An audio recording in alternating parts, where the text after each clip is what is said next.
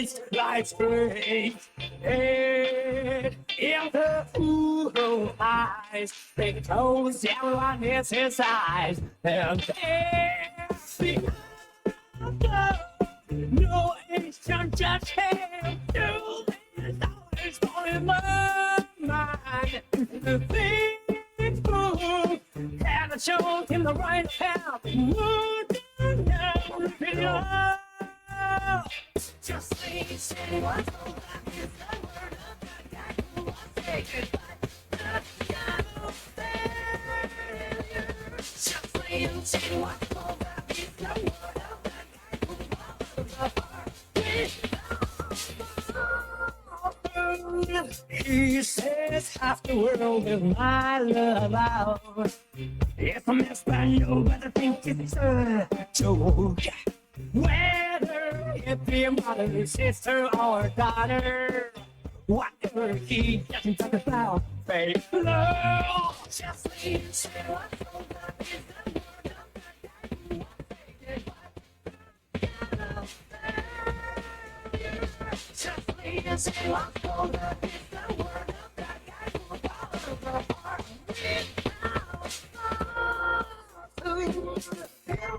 He'll go. For the truth and close and fear.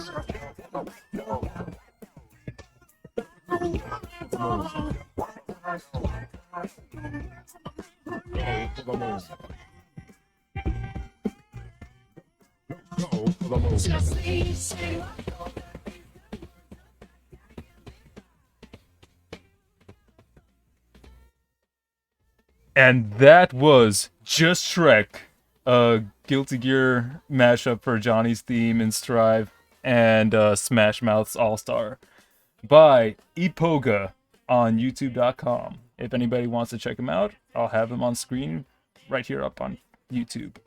But welcome to episode 18 of Radio Graffiti on Newgrounds Radio.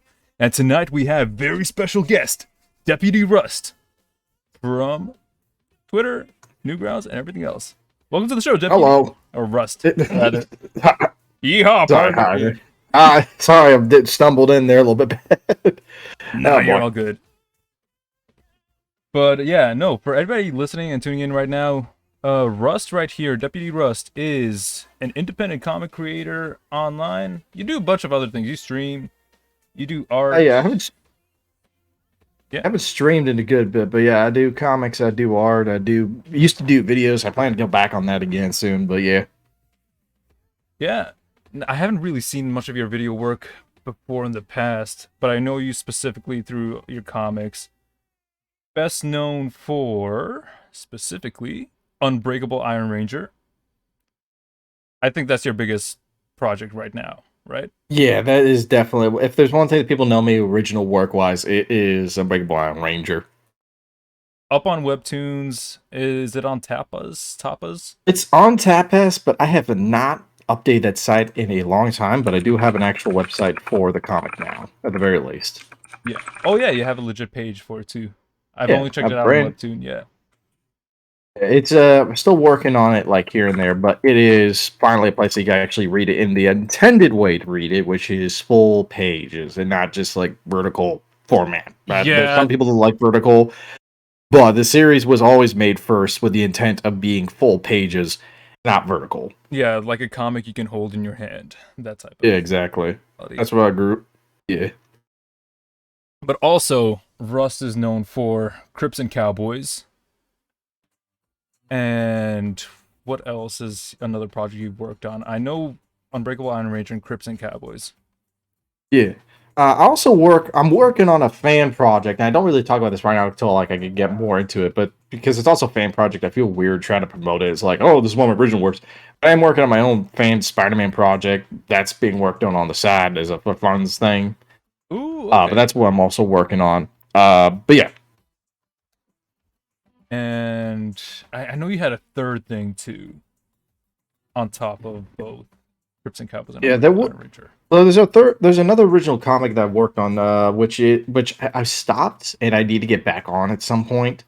But it's called the Peculiar Tale of Redgrave, and series I need to get back onto, but it's a bit different from what I normally do because a lot of people know me more for like the more hot blood action and all that, but that one's a lot more of like a it is darker, but it's more like a horror kind of series in a sense, like a horror thriller kind of thing. And there's planned action there, but it's a lot more slow compared to my other works. And I think that's also why Segway Walk, because it's such a different genre that I'm working with. I want to make sure I get it right because it is completely different beast. Yeah, writing horror is a little difficult at times. I feel like you need to really set the mystery and the pacing in a way that gets people engaged. Very easy to get hot-blooded, very difficult to write horror, extremely difficult to write comedy. So, trifecta of writing for me. Yeah, definitely.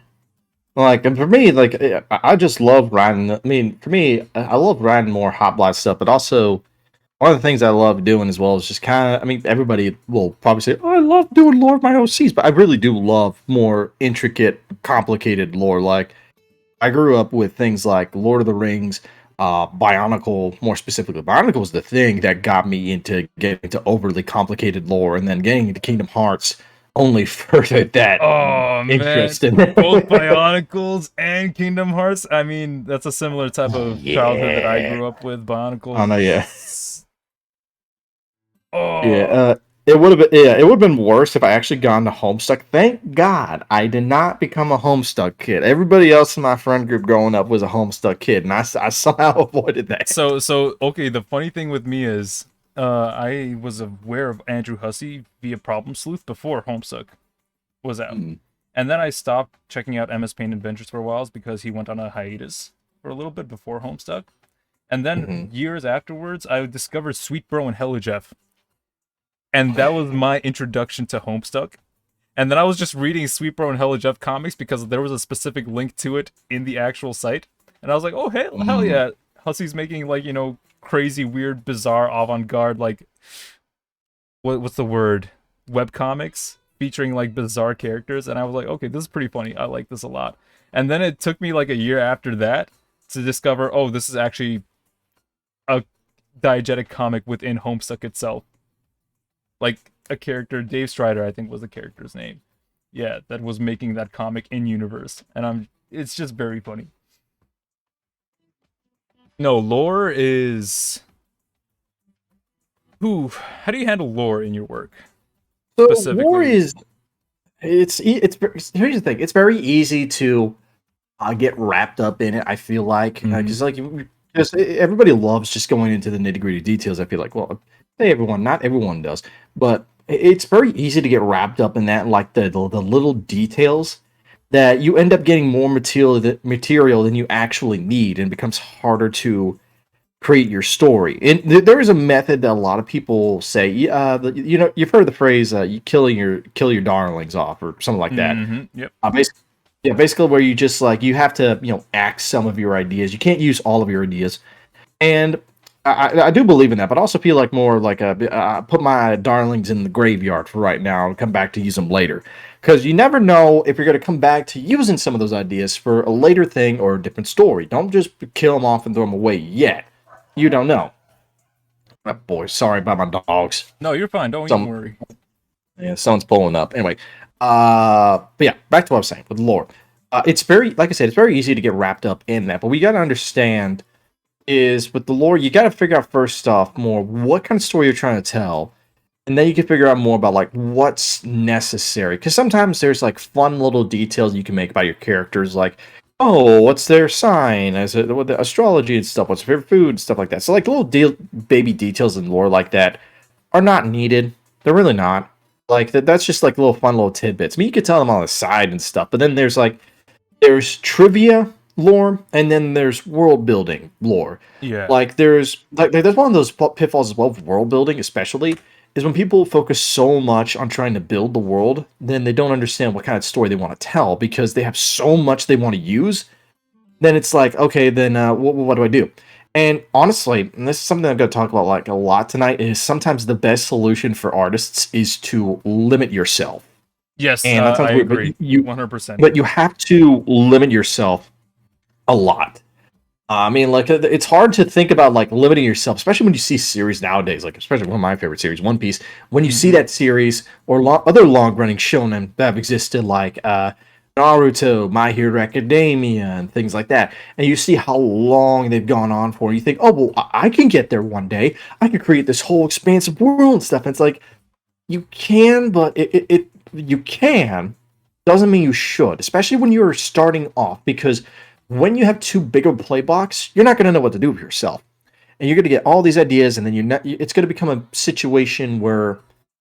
No, I was about to say you become master of all trade. You could become a jack of all trades, master of none. But it's not like that. It's just when you don't like, you need to have a destination and a roadmap for when you're creating stories. Sometimes that definitely you can go off the beaten path. But if you don't have an idea about like the structure of the journey, then you're never going to reach your destination. So you have to have at least some structure in there. And there's a lot, and so when it comes to that lore and world building, you really have to figure out the scope of the story you want to tell, and then have to learn how to hone yourself. And you really got to understand what's the most crucial parts that you need to worry about with your lore, for example. So things that obviously directly affect the story. For an example, okay, so like power systems.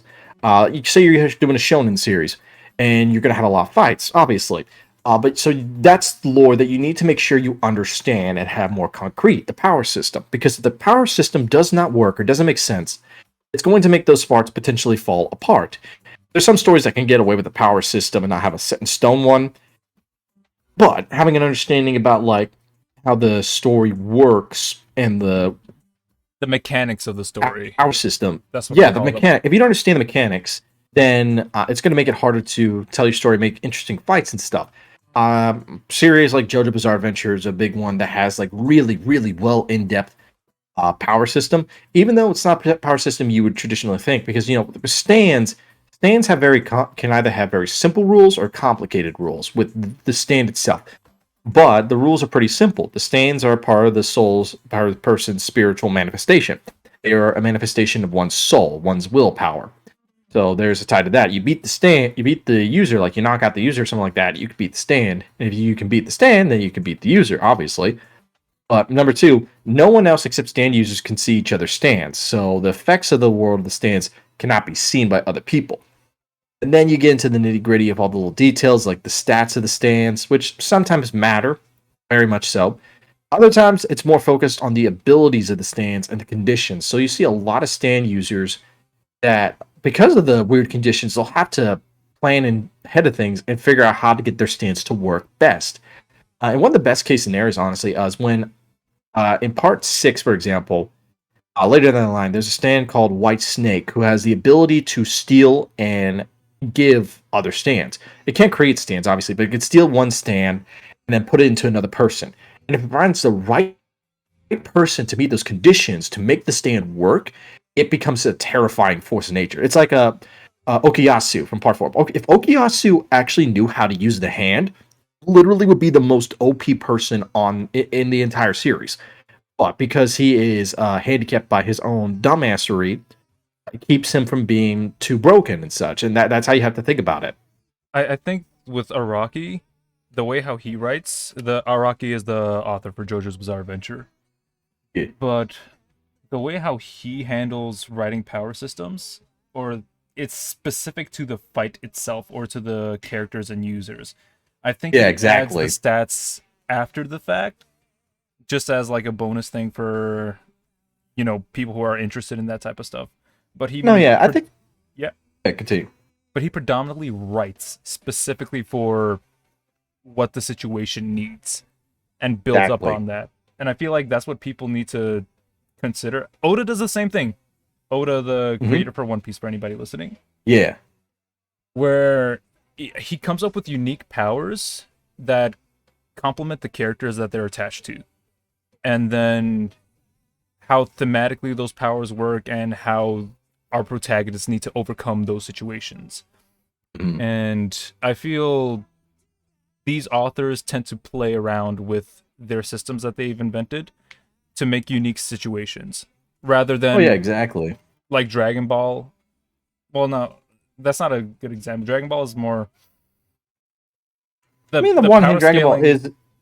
the power scaling just stopped mattering after a while. But early Oh on, it's yeah. just like it was a handicap for Akira Toriyama, and I feel once you let go of being hard stuck on, a specific power system where you need to really think about rules, I think the only thing that has done it relatively well, Fate Grand Order, or not Fate Grand Order, Fate Stay Night. Sorry. I actually have not had a whole lot of experience with Fate Stay, Grand Knight, or any of that series, Yeah. to be honest. I just know that every single blonde girl is apparently Arthur or some other royalty, it feels like. Yeah, but it has a very, very well thought out magic system and the way how the rules in the world work and how they apply to different fights and different encounters within the series. Yeah. And I feel... I was getting my mic changed. You're good. And I feel it's just best for, power scaling system for people to just think about the characters first and foremost. And Yeah, exactly. reapply things afterwards. And as far as lore goes, since we were talking about lore earlier, that's how we wound up in, the mechanics of the world. And what you want your story to be. In my personal opinion, I think characters are kings of stories. Because that's what people care about. People care about, exactly. the characters that we're watching, their stories unfolding. And we kind of experience the world through their eyes. So you have to have very engaging characters, and engaging characters will then extrapolate on your world. Mm-hmm. I myself... Yeah. Sorry, continue. No, you go. Yeah, because there's some stories that can have very mid stories, like the actual story structure kind of it's okay, but the characters can end up really carrying it forward because you're following them on that journey. It's why a lot of stories, honestly, you could tell the same story, in terms of plot structure, but with the characters and stuff, because characters also matter a lot because you're following them on their journey. You're going to figure out how they go about things, how they react to things. And if you don't have characters that are interesting enough, then it's going to end up making things the thing with characters is you got to make sure they're interesting. They're a good blend of likability. And likability doesn't have to mean that they're necessarily good people, but you like key traits about them that make you want to be interested in what they're doing, and you see how they go about their story and their plight. You want to make them interesting enough that it piques your interest, but you also don't want to make them too... How do I say this? Because sometimes it's hard. You can easily fall into a pit where you make them too much of an archetype, and that's just all they are. Because I think the reason why a lot of people don't like certain archetypes, like the generic goody two shoes or the generic evil bad person, is because when some people write them, there's not really a whole lot of nuance. It's just we need a good guy, we need a bad guy. But then, oftentimes, when those two archetypes are done right and well, they're not trying to do any too bad twists and stuff like that, oh, this guy's not really a good guy, oh, this guy's not necessarily a villain. When they're done pure good guy, pure bad guy, an example Jack Horner being a pure bad guy, or a pure good guy like Vash, they are done extremely well because you can figure out how, when you play into more of the morality and understand who they are as people, and not try to be with Vash. Vash is it's one of the best well done pacifist characters ever. He is my favorite character in fiction. Oh no, yeah, he is. I wear my inspirations on my sleeves. Ben is heavily based off of Vash. But anyway, Vash is a pacifist. So a lot of his journey is him sticking to his morals and figuring out how to save the day, especially when he goes up against certain opponents, obviously his brother Knives, or in the anime against Legato and such, being forced in those situations. You want to see how he does it. Because it's easy to write a pacifist and do the whole meme of talk no jutsu and talk your opponent out of it. But when you create that's all another thing. You want to give your characters certain limitations as well, because again, limiting yourself and limiting your characters allows for there to be more interesting thought process of okay, how are they going to get themselves out of this, and allows you to be more creative and think and process about the story. Because if you, for example, if you have a character that's overpowered all the time, they're able to regenerate no matter what, then it's going to be boring. But if you have a character that's regenerative powers, but they have certain conditions in order to meet it, or they don't have full control over it, it makes it more interesting. Because then you wonder, okay, how are they going to activate this power? How are they going to win this fight? How are they going to go about it? Because the question doesn't become, oh, he can regenerate, it'll be fine. The question becomes, well, what if he doesn't get harmed in this fight? What if it's like psychological damage? Or what if there's someone that's there that's able to hit him but not activate his powers?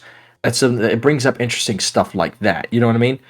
Like, for example, like, trying to think. So I actually couldn't remember an example. But anyway, like I was saying, when you figure out the good limitations of characters, like trying to figure out how you can make them good, pure-hearted characters, but still make them interesting is a good question you need to have. Because it's not that you can't do anti-hero characters. Obviously, there's some really great anti-hero characters out there and anti-villains. But the whole idea is that you want to figure out how you can make your character interesting by giving them strong starting to stutter over my words. But you want to make sure the character is given an interesting power set, but also an interesting limitation, and give them some kind of character to them. Like, what's their morality? Are they a pure-hearted person? Are they willing to do some of the nitty-gritty kind of stuff? You have to figure a little bit more about that character and get more into the complexity of them, because you want to make sure that you can understand them. Because even if they may not be a good person, you can understand their motives and why they did this or why they did that.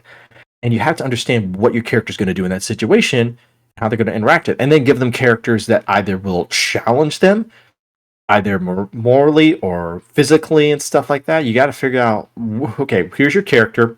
What will be the best opponents to go up against them? And for example, think for a second. So I'm just gonna show my own comic for a second. So in the process, since we're gonna talk comics, Yeah. So for Ben, I've mentioned regenerative stuff. He has the ability to regenerate himself. However, he can only do it once he actually receives damage, and sometimes it has to be certain. It has to be a certain type of damage that hits him. It can't just be a simple little slug. Sometimes it can, but even then, it just only activates for that amount of time just to quickly heal him up. It doesn't stay permanently. So Ben can only regenerate once he's actually gotten hit, and only to regenerate that certain part. Other than that, it can't stay on for longer than that. It's just to basically, okay, restore, good, keep going. But he can't just activate it on a whim. And there's sometimes, like, it gets stuck. And, like, he's learned certain ways to go about it in order to keep the aura going. Like, in episode 7, he's going up against a character called Cherry. She's witch with explosive powers. No relation to Konosuba. Anyway, the way she works is that the more damage she takes, the more power she gains, essentially. The more she's hurt, the more power she gains. So Ben decides, since his aura is able to heal himself and others, he's going to keep himself in a permanent state of hurting until he can stop her. So basically what he does is he pretty much impales himself with the iron rod to keep it in him, because it's going to stay in there and his body's going to keep hurting until it gets pulled out. And so he goes up to Cherry, approaches her, and actually puts his aura on her, so that way she's able to be healed up and in a constant state of healing while he's healing. And then he's able to knock her out, so that way she doesn't activate her powers. But then there's other cases like, but that's an example of Ben using his powers in order to win the day, because you have a character that cannot be hurt because their pain is their strength. And if you're constantly putting them in pain, well, how are you going to win? Because they're just going to use that pain against you, essentially. It's like, the whole counter effect. The more they take, the more they can dish out. Yeah. So you got to figure out how to go about and finish that off. I was just gonna say, because you want to have some conflict for your characters to overcome. You want to have conflict that's unique to the character to overcome. Why it's important for this character to overcome their conflict. So again, Ben's regenerative whole deal against Cherry's, getting strong with every with suits. What do they call it in DBZ when Saiyans just get more powerful when they get hurt? The Zenkai boost. Zenkai boost, yeah. So that's essentially what you're dealing with these two characters. Yeah, so he can repair himself and he can dish out the damage, but she can just start dishing out more damage. And it's just like difficult for him to overcome. That's what makes it interesting and engaging. In terms and that's why for Unbreakable Iron Ranger and then for Crimson Cowboys, I had to think of like really stronger opponents for Ben, because Ben's not strong, but he is able to be very durable. He's like a ragdoll going up against these guys. So the idea is Ben can take the hits. That doesn't necessarily mean he's strong enough usually to take them on. Obviously I gave him certain things like cybernetics and like just the cybernetic arms and such. They're not too much to them. They're just, metal arms and stuff. They prove his strength. That's about it. and a gun. That's all he's got. But then he's going up against guys like Barry, Barracuda mutate with giant muscles and stuff like that, and he's able to like outmaneuver Ben and out overpower Ben and such. But Ben has to learn about how can he take him out. So one of the figure out one of his weaknesses, which is of course part of his body mass. Barracudas are able to move around in huge, quick, but very powerful bursts of speed in order to move about. And that's what Barry does. But Barry also is very top heavy, so take out his legs and then he topples over. He's not going to be able to move around. So that's what Ben figures out. But then another opponent like Highway Jack. So Highway Jack is a Doulahan.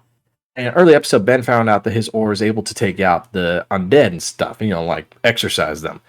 And being a Doulahan, that's technically undead, but then Ben realizes when he tries his aura on Highway Jack, it doesn't work. Then he ends up realizing that his head, for some reason, is unstable, and then he figures out that he could take off his head, finally uses exorcism on him, and manages to weaken Highway Jack significantly. So it's basically kind of like how with JoJo works. You basically have to understand the rules of how that character fights, and use your own abilities in order to take them out. For Ben, it's always a challenge about like giving him opponents that will test him or to figure out how to outmaneuver or win the fight, and essentially win the fight there. And not always because like just by winning through fisticuffs and stuff. Sometimes he's just trying to just diffuse a situation.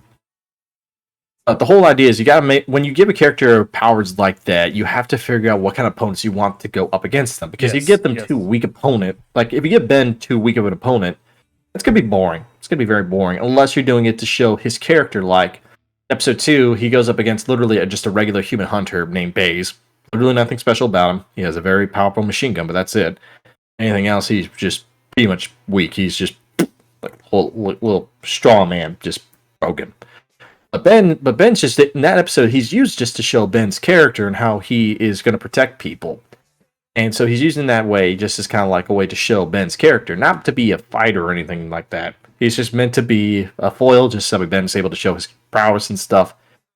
And move on. Yeah, but and just to let people know, Ben is the protagonist for the comic Unbreakable Iron Ranger. Unbreakable Iron Ranger, yeah. Yeah. But that's one of the fun things I love, but also is very difficult at times, is, just trying to figure out how to make that story work. Because it makes you think, because it gives you more limitations, ironically, if you think more about the OP. Because you want to make sure that OP power has some limitations and such, so it can make it more interesting. But yeah, that's one of the things I found out power-wise. But yeah. I feel having limitations to characters' powers makes them more engaging. In my own comic, in Boxcar City, I do have a vampire character, and the vampire character could not solve the problem by himself. Darian is the character's name, and yeah, he's a vampire, but he's not all powerful. Just because he's a vampire, he needs blood to operate, and he's working with the police, so he doesn't have like pure access to blood at all times. Mm-hmm. So he has to kind of figure out a way how to get blood for the situation.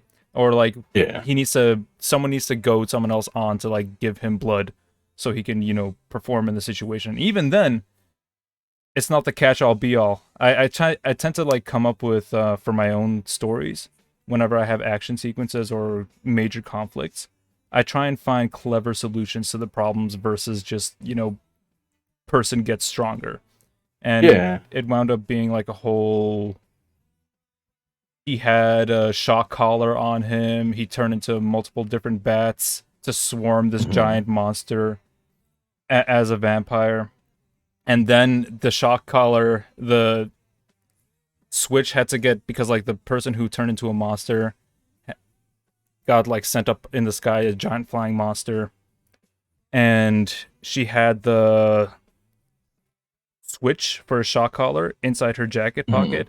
And so the characters had to come up with a way to get that switch to get there, how to get him to swarm all over, and then activate, like Chekhov's gun. If there's an element introduced within the story really early on, it should find a way to present itself throughout the story. Yeah, exactly. And you can learn a lot from classical examples of, literary... narrative, what's the word I'm thinking of? Plot structures. Yeah. Speaking of which, this is another way limitations can help you out. So when I was trying to get Unbreakable Iron Ranger started and rolling, I had a big long history of just constantly rebooting the series because I was focused so much on trying to perfect it that I ended up just not liking where I was going a few Yeah. episodes in. And it got to a point like literally after one episode of doing a series, I was like, no, this isn't working. Redoing it. And it was awful. And then I finally figured out a pilot sort of thing that allowed me to go to the current version it is now. But what I found out is that in order to keep myself steady and focused, I had to give myself limitations because I had a lot of great ideas, but I needed to figure out what to do in order to make this story work and to keep myself motivated. So what I decided to do was one of the things I wanted to do was finally get an arc completed. So in the original version of Unbreakable Iron Ranger, it was called Freak of Nature Origins. And there was this arc where Ben was trying to escape this facility with some people. And so what I decided to do was episode 1, I want to compile that whole arc into one chapter. And so I was like, okay, how am I going to do that? I had to learn what I was going to do. I had to cut out certain characters, but then reuse them later. Had to figure out what was the most important parts of that chapter that needed from that arc that needed to be used here. And so that's what I did with the pilot was take a lot of that arc and compress it down to make it work and take out what was unnecessary and what was necessary. And then I came up with a structure for myself for all future episodes until I was ready to break that limit, which was I was going to make an episode. It had to be 21 pages long, 22 pages, like a standard comic issue, like a standard American comic issue.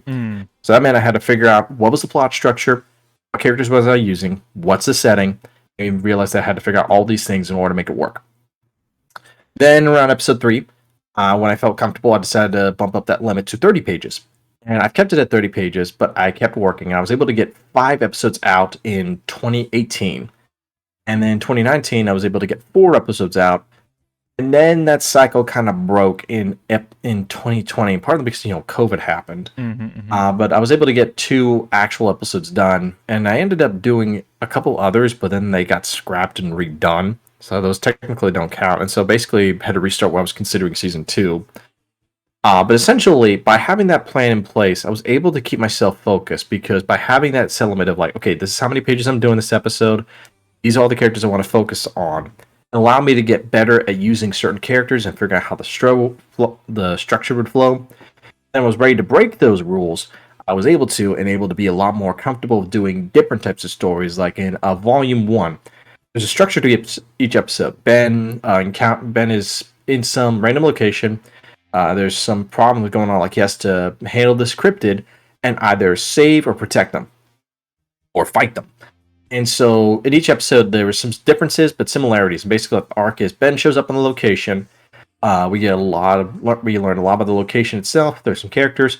Ben interacts with the locals, gets into a fight, resolution. And that continued for the first 5 episodes. And then in Volume 2, it changed up. First episode, we see a character that see Ben face off against Necronaut. And everybody loves episode 6, partly because of Necronaut's character and the fight that Ben has. Comes up against a character that is not at all a direct fighter. He's a necromancer. So he's using the dead and ghosts in order to fight Ben. Not only that, but he seems to have a noble goal, but he's using underhanded tactics. So for Ben, he's like, no, I'm not going to do that. I don't like what he's doing there. But Ben recognizes that, look, you're doing a good thing, but you can't do these tactics in order to get there. So you create this interesting conflict where you have a guy that's not necessarily evil, and he's testing Ben. But he's not necessarily doing everything what Ben would consider the straight and narrow. So you have an interesting conflict set up. You have a character that's used to doing all these physical fights, but he's going against someone that's using long-range fighting and is using other people to do his work, which Ben doesn't like. Then in the next episode, which is the cherry fight, Ben comes across someone that he thinks is a person in need, ends up being the helpless chief person, and then then ends up being, oh shit, she's the danger. Also, why I am the danger. But anyway, but she's the actual danger. Then the next episode has been already completing a mission, and then he gets ambushed by a bunch of different hunters, because now his name's finally getting known. He gets ambushed by Highway Jack, who is working for Styx, the main villain of the series for the most part. And then he gets ambushed by some other riders who are connected to Baze, the first guy that Ben encountered all the way back in episode 2. Now that's coming around to bite him in the ass. And then in episode 10, it's a resolution of Ben finally resolving the whole arc with Dr. Styx. And now with what's volume 3 is, it's going to be a lot more focused on Ben's character a bit more. I mean, the whole series is basically Ben's origin story to Crips and Cowboys. But it's basically just like this culmination of Ben really being questioned and challenging himself, being challenged more about who he is, like who he really is, what he is. In episode 12, for example, it opens up a more cold opening. We see Baze again, but we see this new guy who's built like a shit brick house that is very calm and polite the way he talks. You're just like, who the fuck is this guy? And obviously, Baze is scared of him. This guy works for this. Obviously, there were co-workers and stuff. It turns out Baze has not been doing his job right. And then we see this big guy that's built like a shit brick house, Rondo, basically say, you failed your job. We gave you plenty of time, but you fucked up too much. The Baron's not happy. You have to pay the price, and the price is death.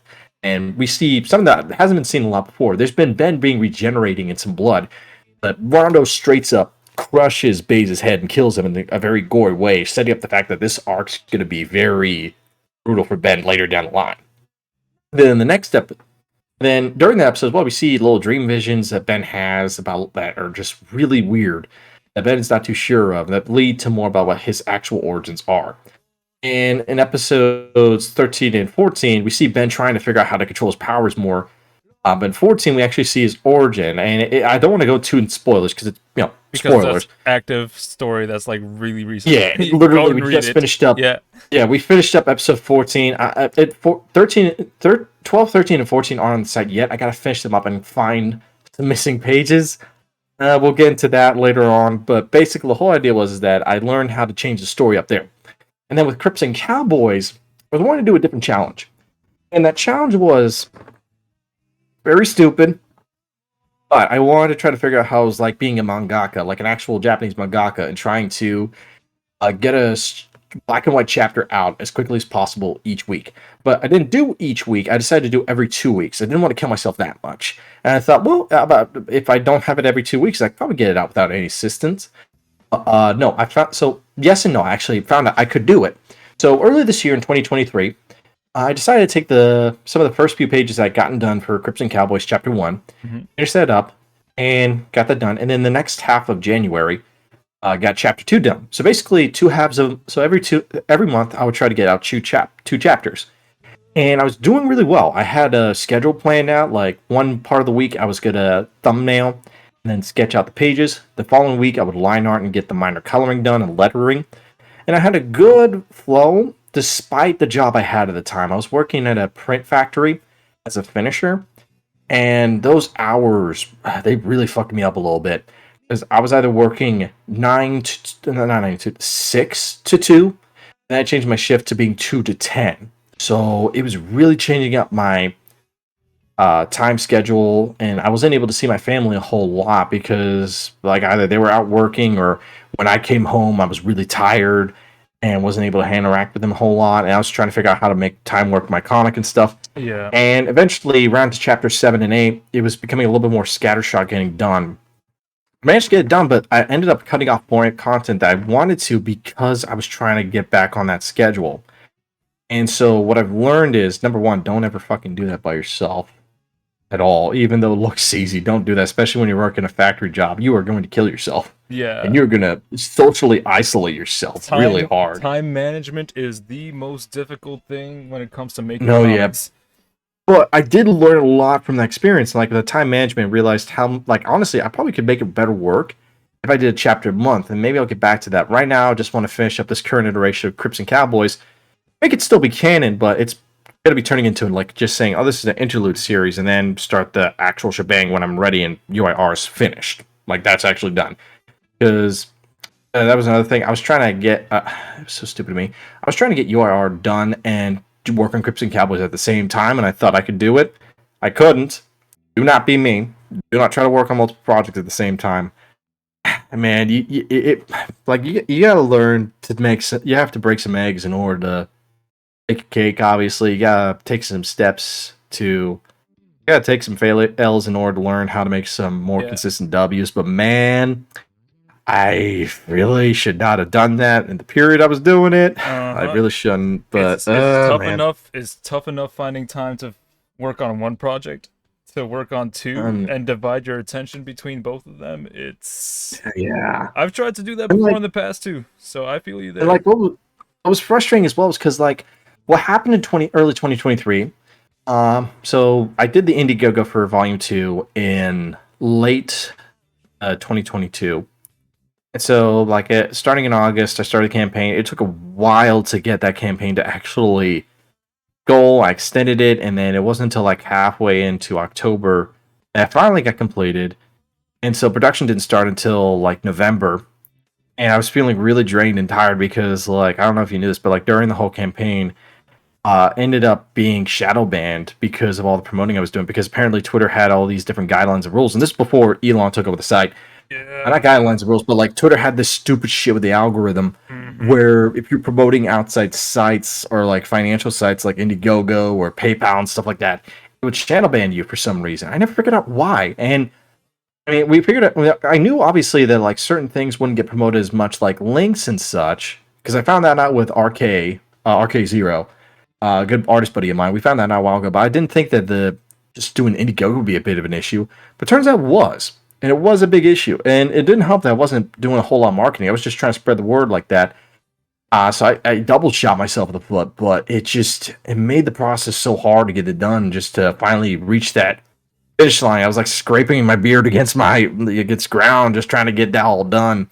And then January 2023, I lost my job at this place that I really liked. I'm back at now. But what happened was it was a small business print company. They were running out. They didn't have enough money to pay me, so they had to let me go. And that's how I ended up at that print factory situation. Because I needed money, I needed to keep working. But still, that ended up messing up with the Indiegogo campaign as well. And so I was having to juggle all those projects, trying to get the Indiegogo all wrapped up and ready, like finalized in production, like the chapters together. I ended up missing volume one. Like I lost the PDF for volume one, so I had to make a brand new PDF, which honestly in the long run kind of better. I made a better looking PDF for volume one, so a better second edition than the first edition. But still, it was so frustrating trying to get that done. Now it's finally all out a year after the campaign started, which I don't like because I know there's a lot of horror stories that have happened with like comic Kickstarters and stuff. Oh yeah, I didn't Kickstarters in want to be. general are just Man. difficult. No, yeah, and I feel bad, and I'm not gonna start another one, or even if I finish UIR, I don't want to do it immediately after UIR is completed because I just want to wait. I feel like I burned so many people on it. I don't want to have that happen again. Everyone's been really nice and happy with the quality. And they've kind of said, "Oh, the quality's worth the wait," and stuff. But still, I feel bad because like, no, it should have been done so much sooner. And then all this shit happened, and I got into a stupid state of mind. And like, you have to be in a good state of mind in order to actually do shit. But man, it was so frustrating. Don't be like me and try to handle a bunch of big projects when you're in a big job that takes up a lot of energy. It doesn't work. Oh man, I feel. Man, like I said, there's a lot you can learn from me in that regard. Is that I can definitely bite off more than I can chew at times, and that's where I've learned a lot with comic production and such, and just having to limit myself more. Like even when you figure out some of the things to limit yourself, it's sometimes when you get too comfortable, like what happened with me, you end up causing more problems. And you think you understand that you got yourself in a good place, but sometimes you end up just, man, you end up stumbling and falling hard. And I'm so fucking frustrating. Oh man. Yeah, I think for anybody listening to, you need to give yourself a little bit of grace because again, it's not like you're doing this all by itself. You have other things in life that you're trying to manage on top of everything. And like if Yeah. you're indie and starting out, you got to be realistic with what your schedules are Oh going to no, be. yeah, 100%. Like you do not want to start doing your big magnum opus One Piece story from the very beginning. You really do not want to do that. Like you think you can get it, like you have all the story and stuff, but no, you really do not want to start that immediately. Yeah. You have to do smaller stories from the beginning. That's what I was doing for URR. I was doing smaller stories and stuff, even though I was doing like the big passion project out the gate. It helps significantly.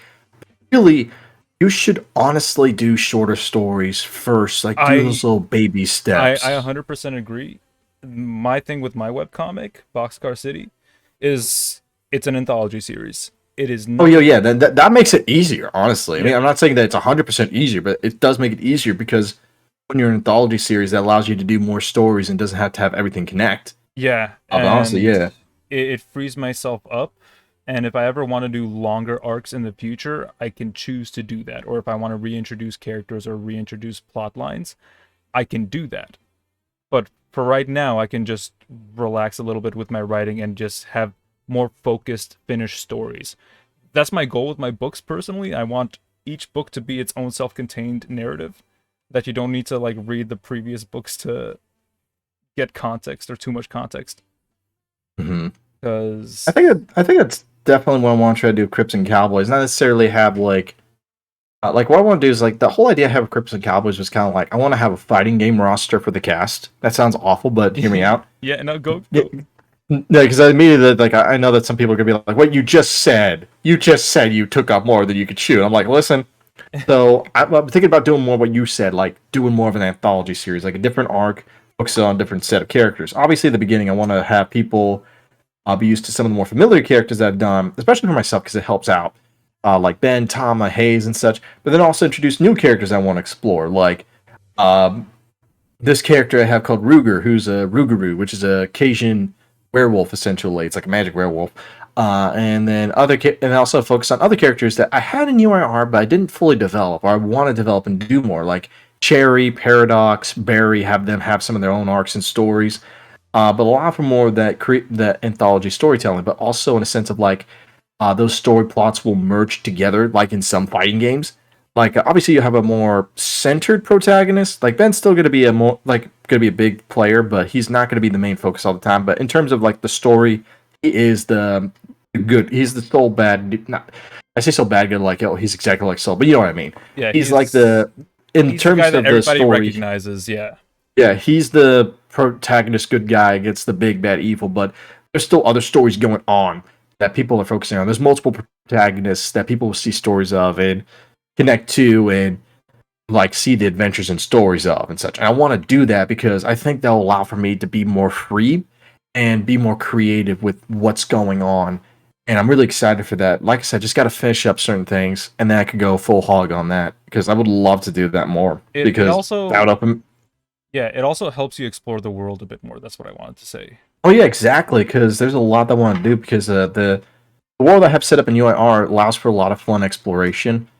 Especially some of the lore that I want to continue on. That I've been developing. I don't want to say everything here, but a lot of Break Bomb Ranger was basically based off the idea of me with obviously with cowboys and Crypts and Cowboys. Obviously, there's cowboys in the name, but also like my love of cryptids and monsters and mythology.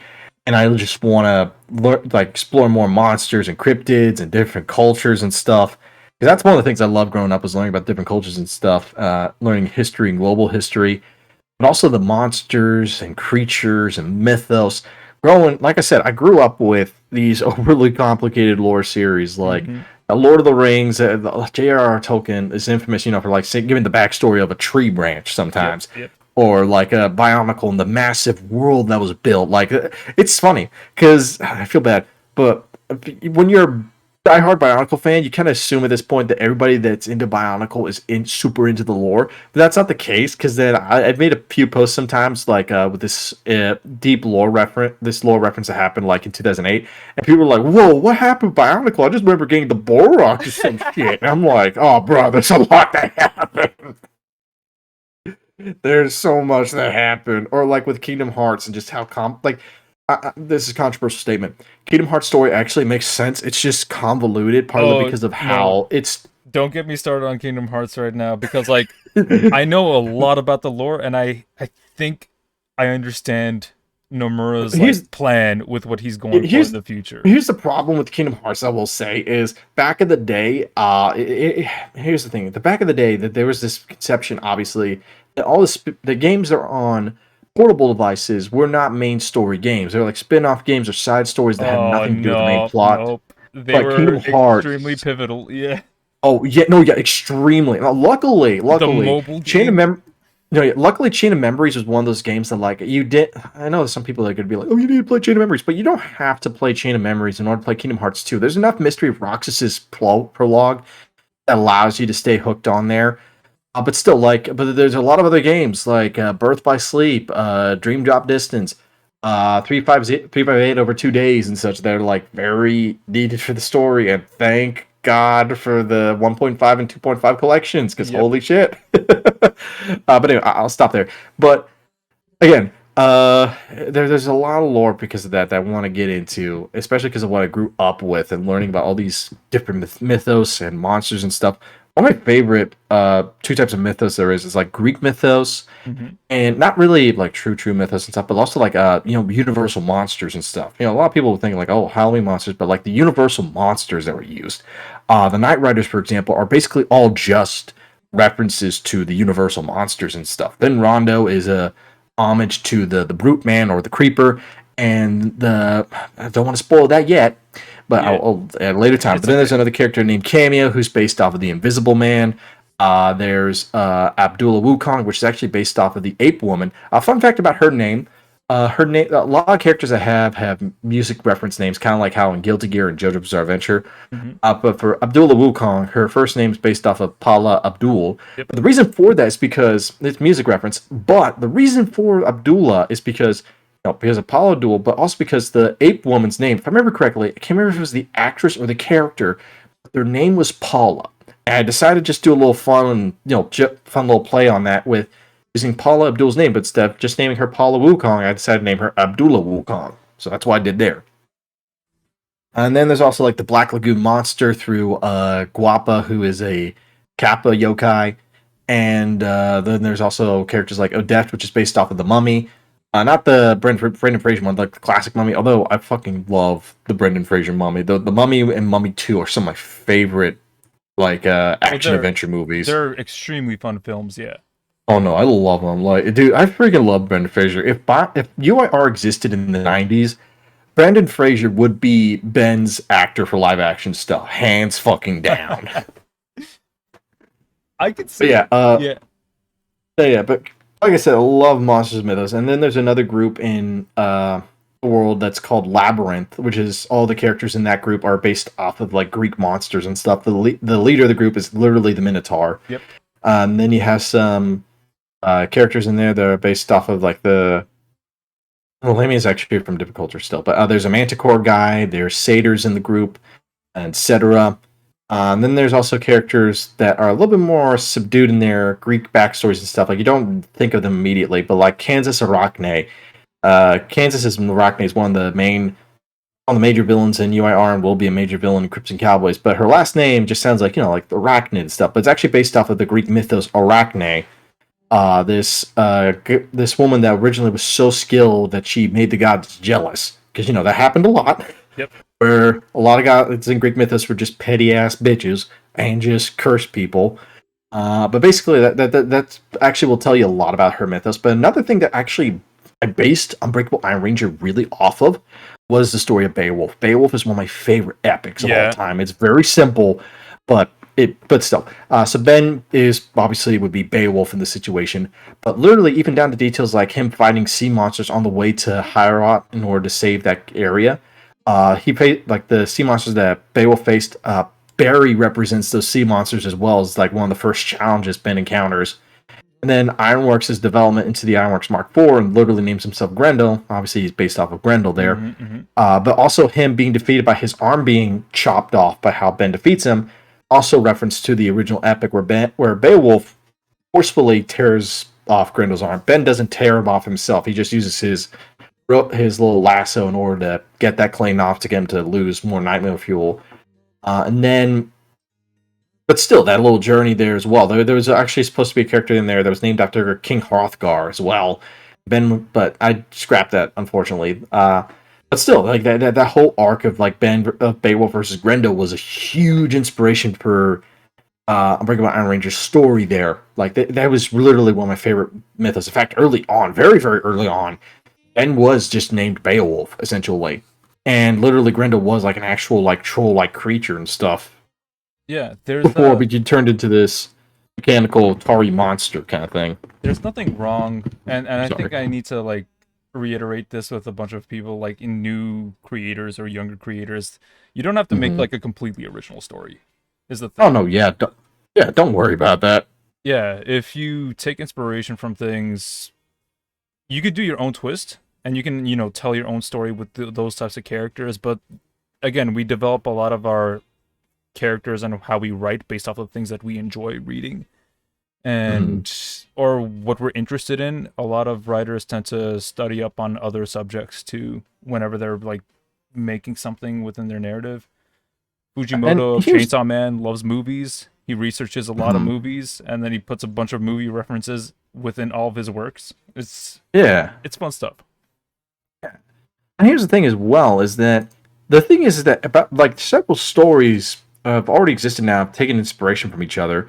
The more you try to focus on being unique, it's not bad to try to make your story have a unique spin here and there, but like trying to solely focus on being 100% original will backfire in some capacity. I'm not saying just go hog wild and steal everything. Like, don't do that. Don't do that. I used to do that a lot when I was like 12 because I didn't know how to write shit. I was just like, oh, here's this character. He's literally a so and so. I literally named one of my Bionicle characters Spyro after Spyro the Dragon. Okay, I was fucking lazy when I was a kid, but you learn to figure out how to better use your inspirations and stuff. Now, granted, I wear my inspirations on my sleeve. My style's literally based off of like Imayashi's 2000s work, and especially those Gurren Lagann eye catches. Yeah. But also I know how to use those inspirations to try to create my own story, and I embrace those tropes and those stories and stuff. I don't let it just become what defines it. Some people might say otherwise, but I don't want it to just be the only thing that defines it. I just want to use those tools to make a story. Because here's the thing: when you're making a story, you're constructing something essentially, and it's a game to some people as well. So here's the best way to put it: when you're creating a story, you're creating a game, and the game is, and you're trying to keep people's viewer interest engaged. And so the way people think about stories, sometimes they don't really care about the game too much; they just want to have fun. But some of them are very, very interested. It's like fighting games. There are the casual people that just like having fun, and then there's the people that get really into the mechanics and the set plays and the characters and the data of the games, and so they're very invested in it, and so they want to figure out the lore. And so if the story is working well enough, it'll work. But like if people notice certain tropes too much or certain things or logic doesn't make sense, then it's going to break for them. Because here's the thing: the logic, the stories are logistical games, and while stories are meant to be like told to be entertainment as well, you have to also make sure that the stories make sense, because people, if they're not engaged, then they're going to catch on to a lot of tropes. If they're engaged, they're not going to necessarily worry too much. But if there's too many mistakes or too many errors or things don't make sense, they're going to disengage. It's the whole suspension of disbelief. Yeah, you don't want to take kind of people out thing. of the story, or you don't want to give people a reason to push too far away from their suspension of disbelief. Yeah, exactly. Now, obviously, there's people that are just not going to give a shit about certain genres, and you don't need to worry about that. If you're trying to appeal to everybody, you will appeal to not as many people as you want to, because you're trying to. Now, this is where I can actually use it. You become a jack of all trades, master of none. And if you're able to make that work and get everybody interested, great on you. But you have to also learn to focus on your niches and your strengths as an author. That's another important thing. It's important to develop all of your other skills, of course, but you have to understand about like the genre that you're tackling, because not everybody's going to like it. Like some people, there's going to be a lot of people that enjoy it. Not everyone likes it. Like for example, romance. If you try to appeal too much to action people, then the romance people aren't going to give a shit, because they're there for the fluff. That's what they enjoy. That's what they love. If you're working on an action series and you're going a bit too hard on like certain other aspects, it's not going to work. Now, you can make good blends work, obviously, but that takes time and experience as an author there. But it's where you have to understand, what are you good at? What do you need to improve at? And things like that. And you have to understand the genre. And you have to understand, not everyone's going to like it. Some people just will not like a story based upon the genre. And then they'll only like certain stories because they're just a deconstruction. Like, well, I love Neon Genesis Evangelion because it's a deconstruction of mecha, even though it fucking is more of a tokusatsu show and it embraces its toku tropes. Yeah. But that's another discussion. Yeah, that's a separate thing. Yeah. That's a separate thing. But still, there's people that'll just have certain biases to genres. And that's okay. That's stupid, but that's okay. Don't try to focus so hard on trying to get people to enjoy a story, because they may not just enjoy the genre. And now, granted, if we make it a story for a specific genre and people who enjoy the genre aren't enjoying it, that is a problem, because that means you're not doing something right. It means you're not doing something it means you're doing something wrong. And you got to figure out what's going on there and figure out how to make it work for that genre. And sometimes that does come down to like stories being very basic by the numbers to a detrimental point. Yeah. There's some stories that are very by the basics, like part 1 of JoJo. It's not for everybody, but I love it because it's a pretty good basis of what's the things to come. Not everybody enjoys it. They prefer some of the later parts, like especially when you compare it to part 2. It's like night and day. But you said something earlier that I really liked a lot that actually applies to this. You said you wanted to make your stories kind of like fighting games. There's the casual crowd of people who just look at it from the surface level, and then there's the core audience who goes in depth to it. And I feel the best stories always cater to both. There's it's a hard balance. It's a very hard balance to get to. Yeah, you need to really crack down on what makes your story engaging and interesting for people, and you need to really consider the world too on top of everything. Myself, exactly. I have my own Cimmerillion for my story, and it's, I think, let me check the file. It's 482 pages currently of pure lore and the history of the world, and how things came to be. And my thing is, I don't like getting into lore in narrative, because that's not what's important for my narrative. But I always pull from my lore, from everything in there. Like, the lore is going to be important to you because that's how you're going to figure out how to operate the world. But not everybody needs to know about all the lore unless it's crucial to the story you're telling. Yeah. Like, obviously, like if you're going to arc that depends on the vase, and there's this like.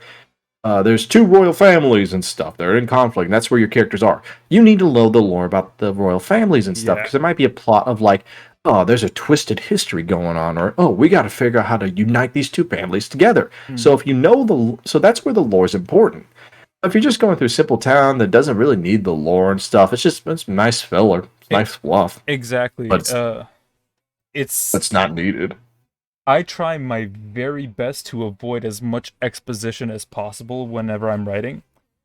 And whenever I hit a point where it's just like, okay, I need to explain a few things, I feel a little bad, because I'm just like, no, it needs that emphasis on this point so the audience can understand, and also so the characters can understand.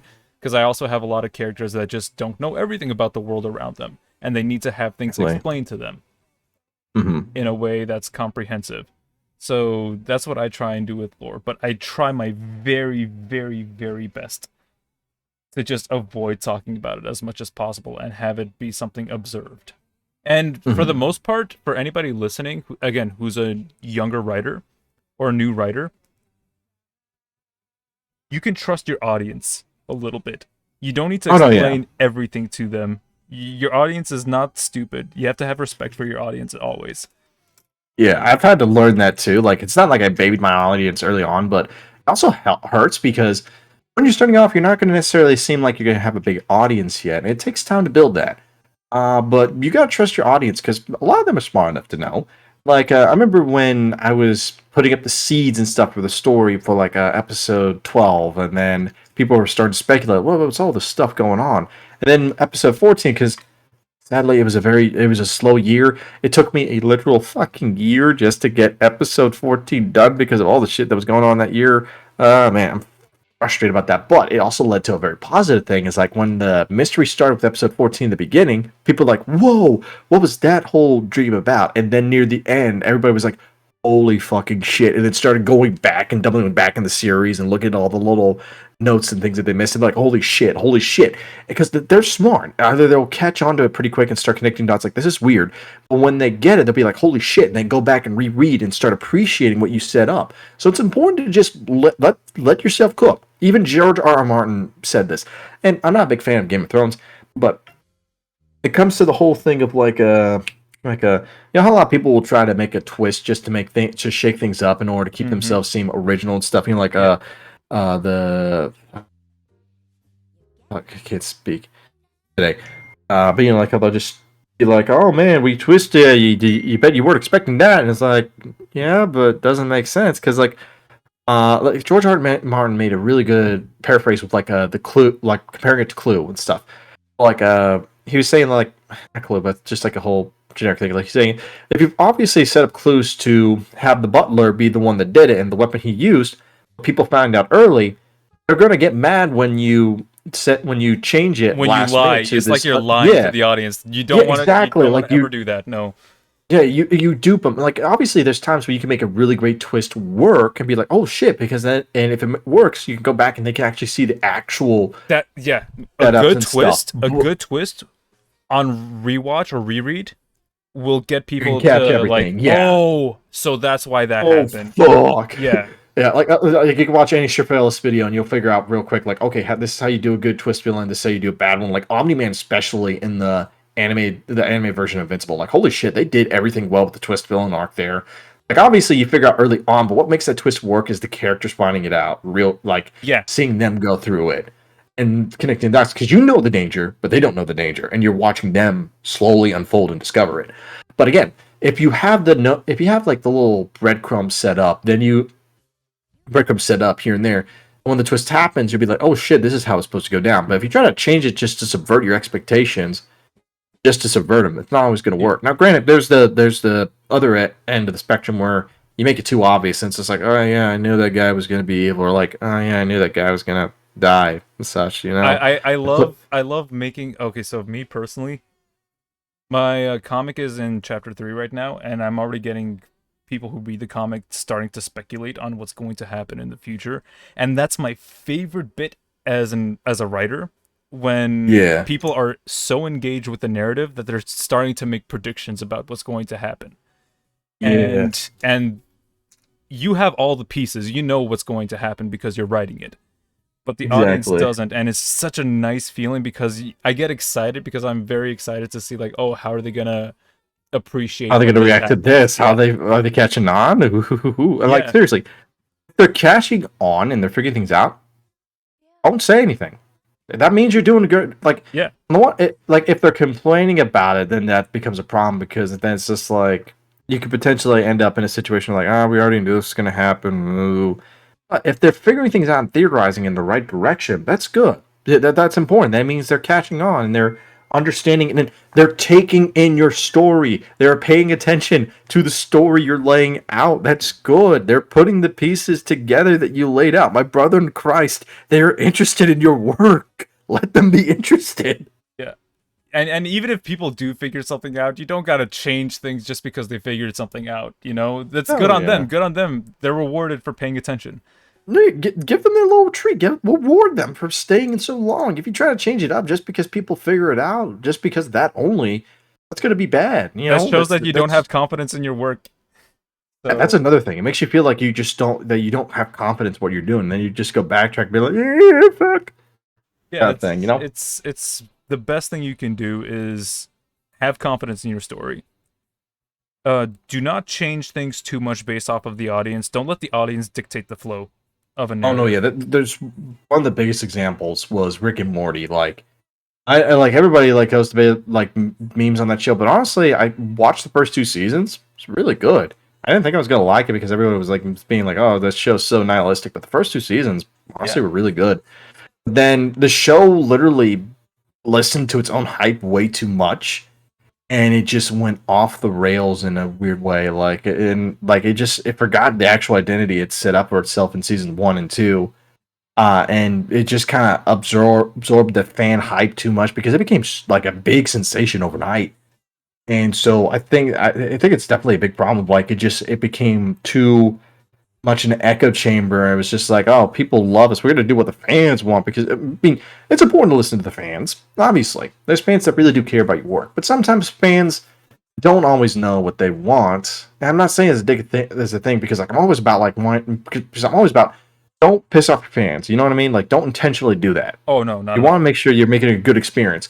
But also, like, sometimes fans just don't understand your story, unfortunately. Like, Superman's probably one of the biggest examples. You have people that are fans of Snyder that thinks Snyder Superman's the best version of Superman or Batman, stuff like that, and they'll go over all day and night. Or Dragon Ball, for example. There's Dragon Ball fans that literally don't get the series. Like you mentioned with the power scaling. People have taken the power scaling the wrong way and think it's the end-all, be-all. Mm-hmm. And that's not the end-all, be-all. And such. I'm not trying to say it's like a downer, like saying that fans are stupid. No, no, no, no, no.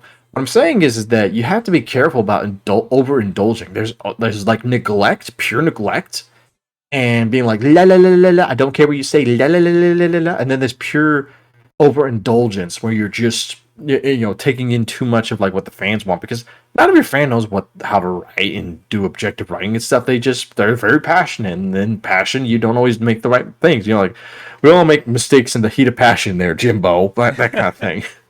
No, for me, what I tend to do a lot of the time is I tend to reread my stories very often and my scripts, and I start to look at things, especially when I'm drawing the actual pages. Once I finish the script and I go into drawing the pages, I start looking at it as if I were an audience member reading my story. And I was like, okay, how do I feel about this if I'm a new person reading this thing? I think it helps to put yourself in that perspective a lot of the time. And it's also good to refresh yourself on your own lore, like where you were originally, so that you can remember important plot points. Like, that's what I did when I decided to redo season 2. I decided to go back all the way back and figure out what I wanted to do and set up for season 2 instead, and try to make sure that I kept things consistent and connect all the dots. And make sure certain plot points I set up, or some people might think were intentional, and just try to figure out what was important to bring over, carry over, and continue and wrap up and such. I do think that's very important, to try to go back and reread certain things in order to figure out what's necessary, what's not, and what fans would think, or what readers would think in general. Like, have things been making good sense? Has the pace been too quick? Because sometimes you don't know your own pacing. Sometimes I know there's a lot of people that agree that my pacing's kind of a bit too fast at times. But I don't always feel like it is, because when you're creating your series, you feel like, especially since it takes a slow ass time to make webcomics. Yeah. You think, oh man, but I'm not going fast enough. But no, it's another one of those things, like, you gotta let yourself cook. Don't worry about rushing yourself too much. Especially with webcomics, because you have your pace at which you're putting things out there. Mm-hmm. Say for me, for example, I do a page a week. That's the pace that I've set. And I like to have enough information put in the page that can justify the week wait. Yeah. And that's how I progress through the story. And it lends itself for a good flow within the webcomic format. Within the print format, sometimes it could seem like it moves too fast, because, it's a give and take. It's a balancing act that you develop as you make more. Yeah. And webcomics in general, you gotta try. Yeah, it's like another extreme example. This is the opposite end, but like Steven Universe. You know how like one of the biggest issues with Steven Universe, a lot of people point out, is the Townie episodes. I don't know if you watch Steven Universe. Oh, the Townie, yeah, I remember. Yeah. So like, because the Yetwar kept doing Steven bombs and stuff, the authors on the one hand, which was commendable, kept to their story, but a lot of those Steven bombs, because Cartoon Network just dropped a bunch of episodes instead of doing weekly schedules, and a lot of those bombs would just be what would be considered fluff and filler, even though they said like, oh, every episode's connected and stuff and it's important. A lot of those episodes really were just filler and just focusing on town episodes. We only got like one episode of lore that mattered, or like that was like the big moving plot point. And during that whole period, it was absolutely frustrating, and it felt like the story was going nowhere. But now, when you're binging and streaming and stuff, that whole series, it's like, it's not a problem now. But back then, it was awful. And sometimes you gotta just reconsider your schedule and be like, okay, you gotta change pace in order to keep the story flowing well and such.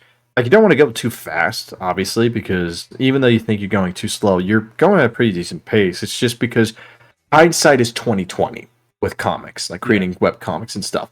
When you're looking back, you can see how the actual pace is.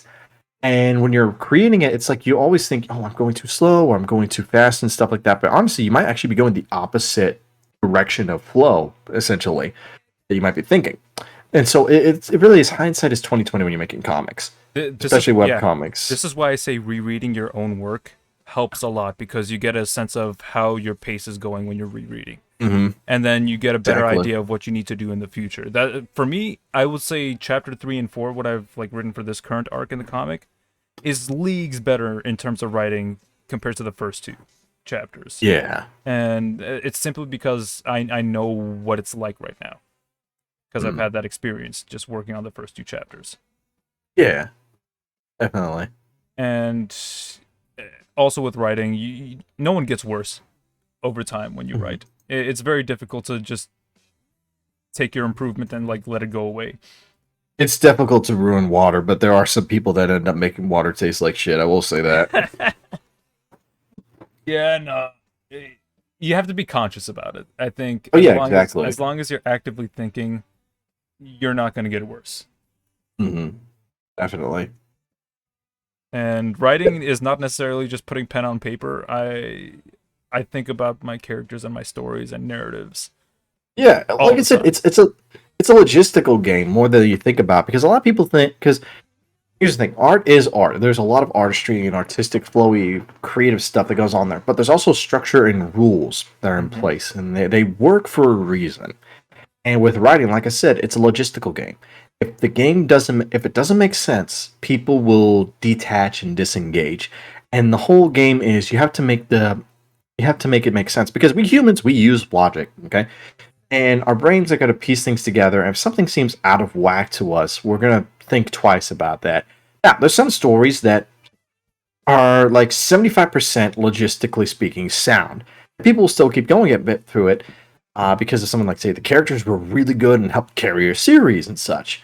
Or maybe a series is just a bit more style over substance, like a Dead Leaves, for example. That series is just literally style over substance, but it works spectacularly because it keeps you engaged all the time. It is a very, very, very, very, very, very, very simple story, and the characters are simple, but it is a god-blessed visual treat. I wouldn't say god-blessed, that's a very crude movie. I'm sorry, God. But anyway...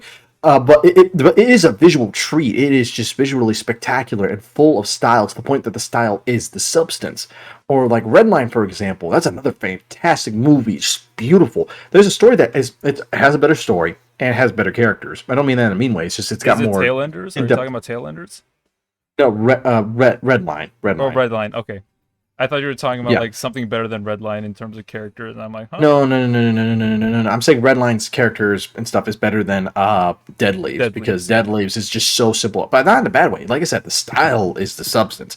Redline manages to have a pretty good, decent amount of substance to keep you going, but it's so full of style that keeps you engaged, because it's just like, holy shit, this is non-stop action. Like, holy crap. Sometimes a bit too animated. Like there's some parts that is just like overly animated that could potentially disengage you, but overall it's just a full-on engaging ride there. But again, things like pacing can also be disengaging. Things like the way characters act can disengage or engage people. Like I said, it's a logistical game. A lot of people, like, you have to figure out how to make the logic work. Like trying to find a good way of putting it so it comes across. Like I said, like we mentioned with the with video games and stuff, like with the fighting games, they're casual people, they'll enjoy it and they'll be fine. They're not going to necessarily engage. They're not going to they're not going to disengage too much. And there's people that care so much that sometimes little things make them disengage because they care a lot about it. But again, it is about trying to create a game that makes sense, that the rules make sense. If the rules don't make sense, then it's going to fall apart and people are not going to be interested. And that's why you can tell like the same story over and over again, but if you have people engaged, they'll enjoy it. It's like, for example, with the superhero genre. A lot of people think that superhero movie, like cape movies, are dying because people are tired of them. Yes and no. They're tired because they're being way too safe. They're not doing anything interesting. They're doing it way too by the numbers. And it's clear that they figured out the game already, and the game is no longer fun. Because they played the system, they played the algorithm, they played the game too similar for far too long. But they've developed a formula and they're sticking to the formula. It's like what happened with Westerns way back in the day. Yes, exactly. But anyway, if things get too formulaic, where people catch on to the formula, that's a problem. And I'm not saying you can't have like the same formula used over and over again. Formulas work for a reason. But if people find out about the formula and you just only use that same formula, don't try to change it up or twist it or put more effort into it, then it's not going to work. It's just, you got to learn about the effort you put into it and what you use. Simple stories can work, but you also got to put effort into them. Complicated stories can work, but you also have to make sure that they work well, because it's like a tightrope back there. It's just, you have to figure out a good balance. of making the game make sense, but keeping them engaged. Because sometimes a game can make so much sense, but it's also just boring. Just boring. Just gets boring after a while.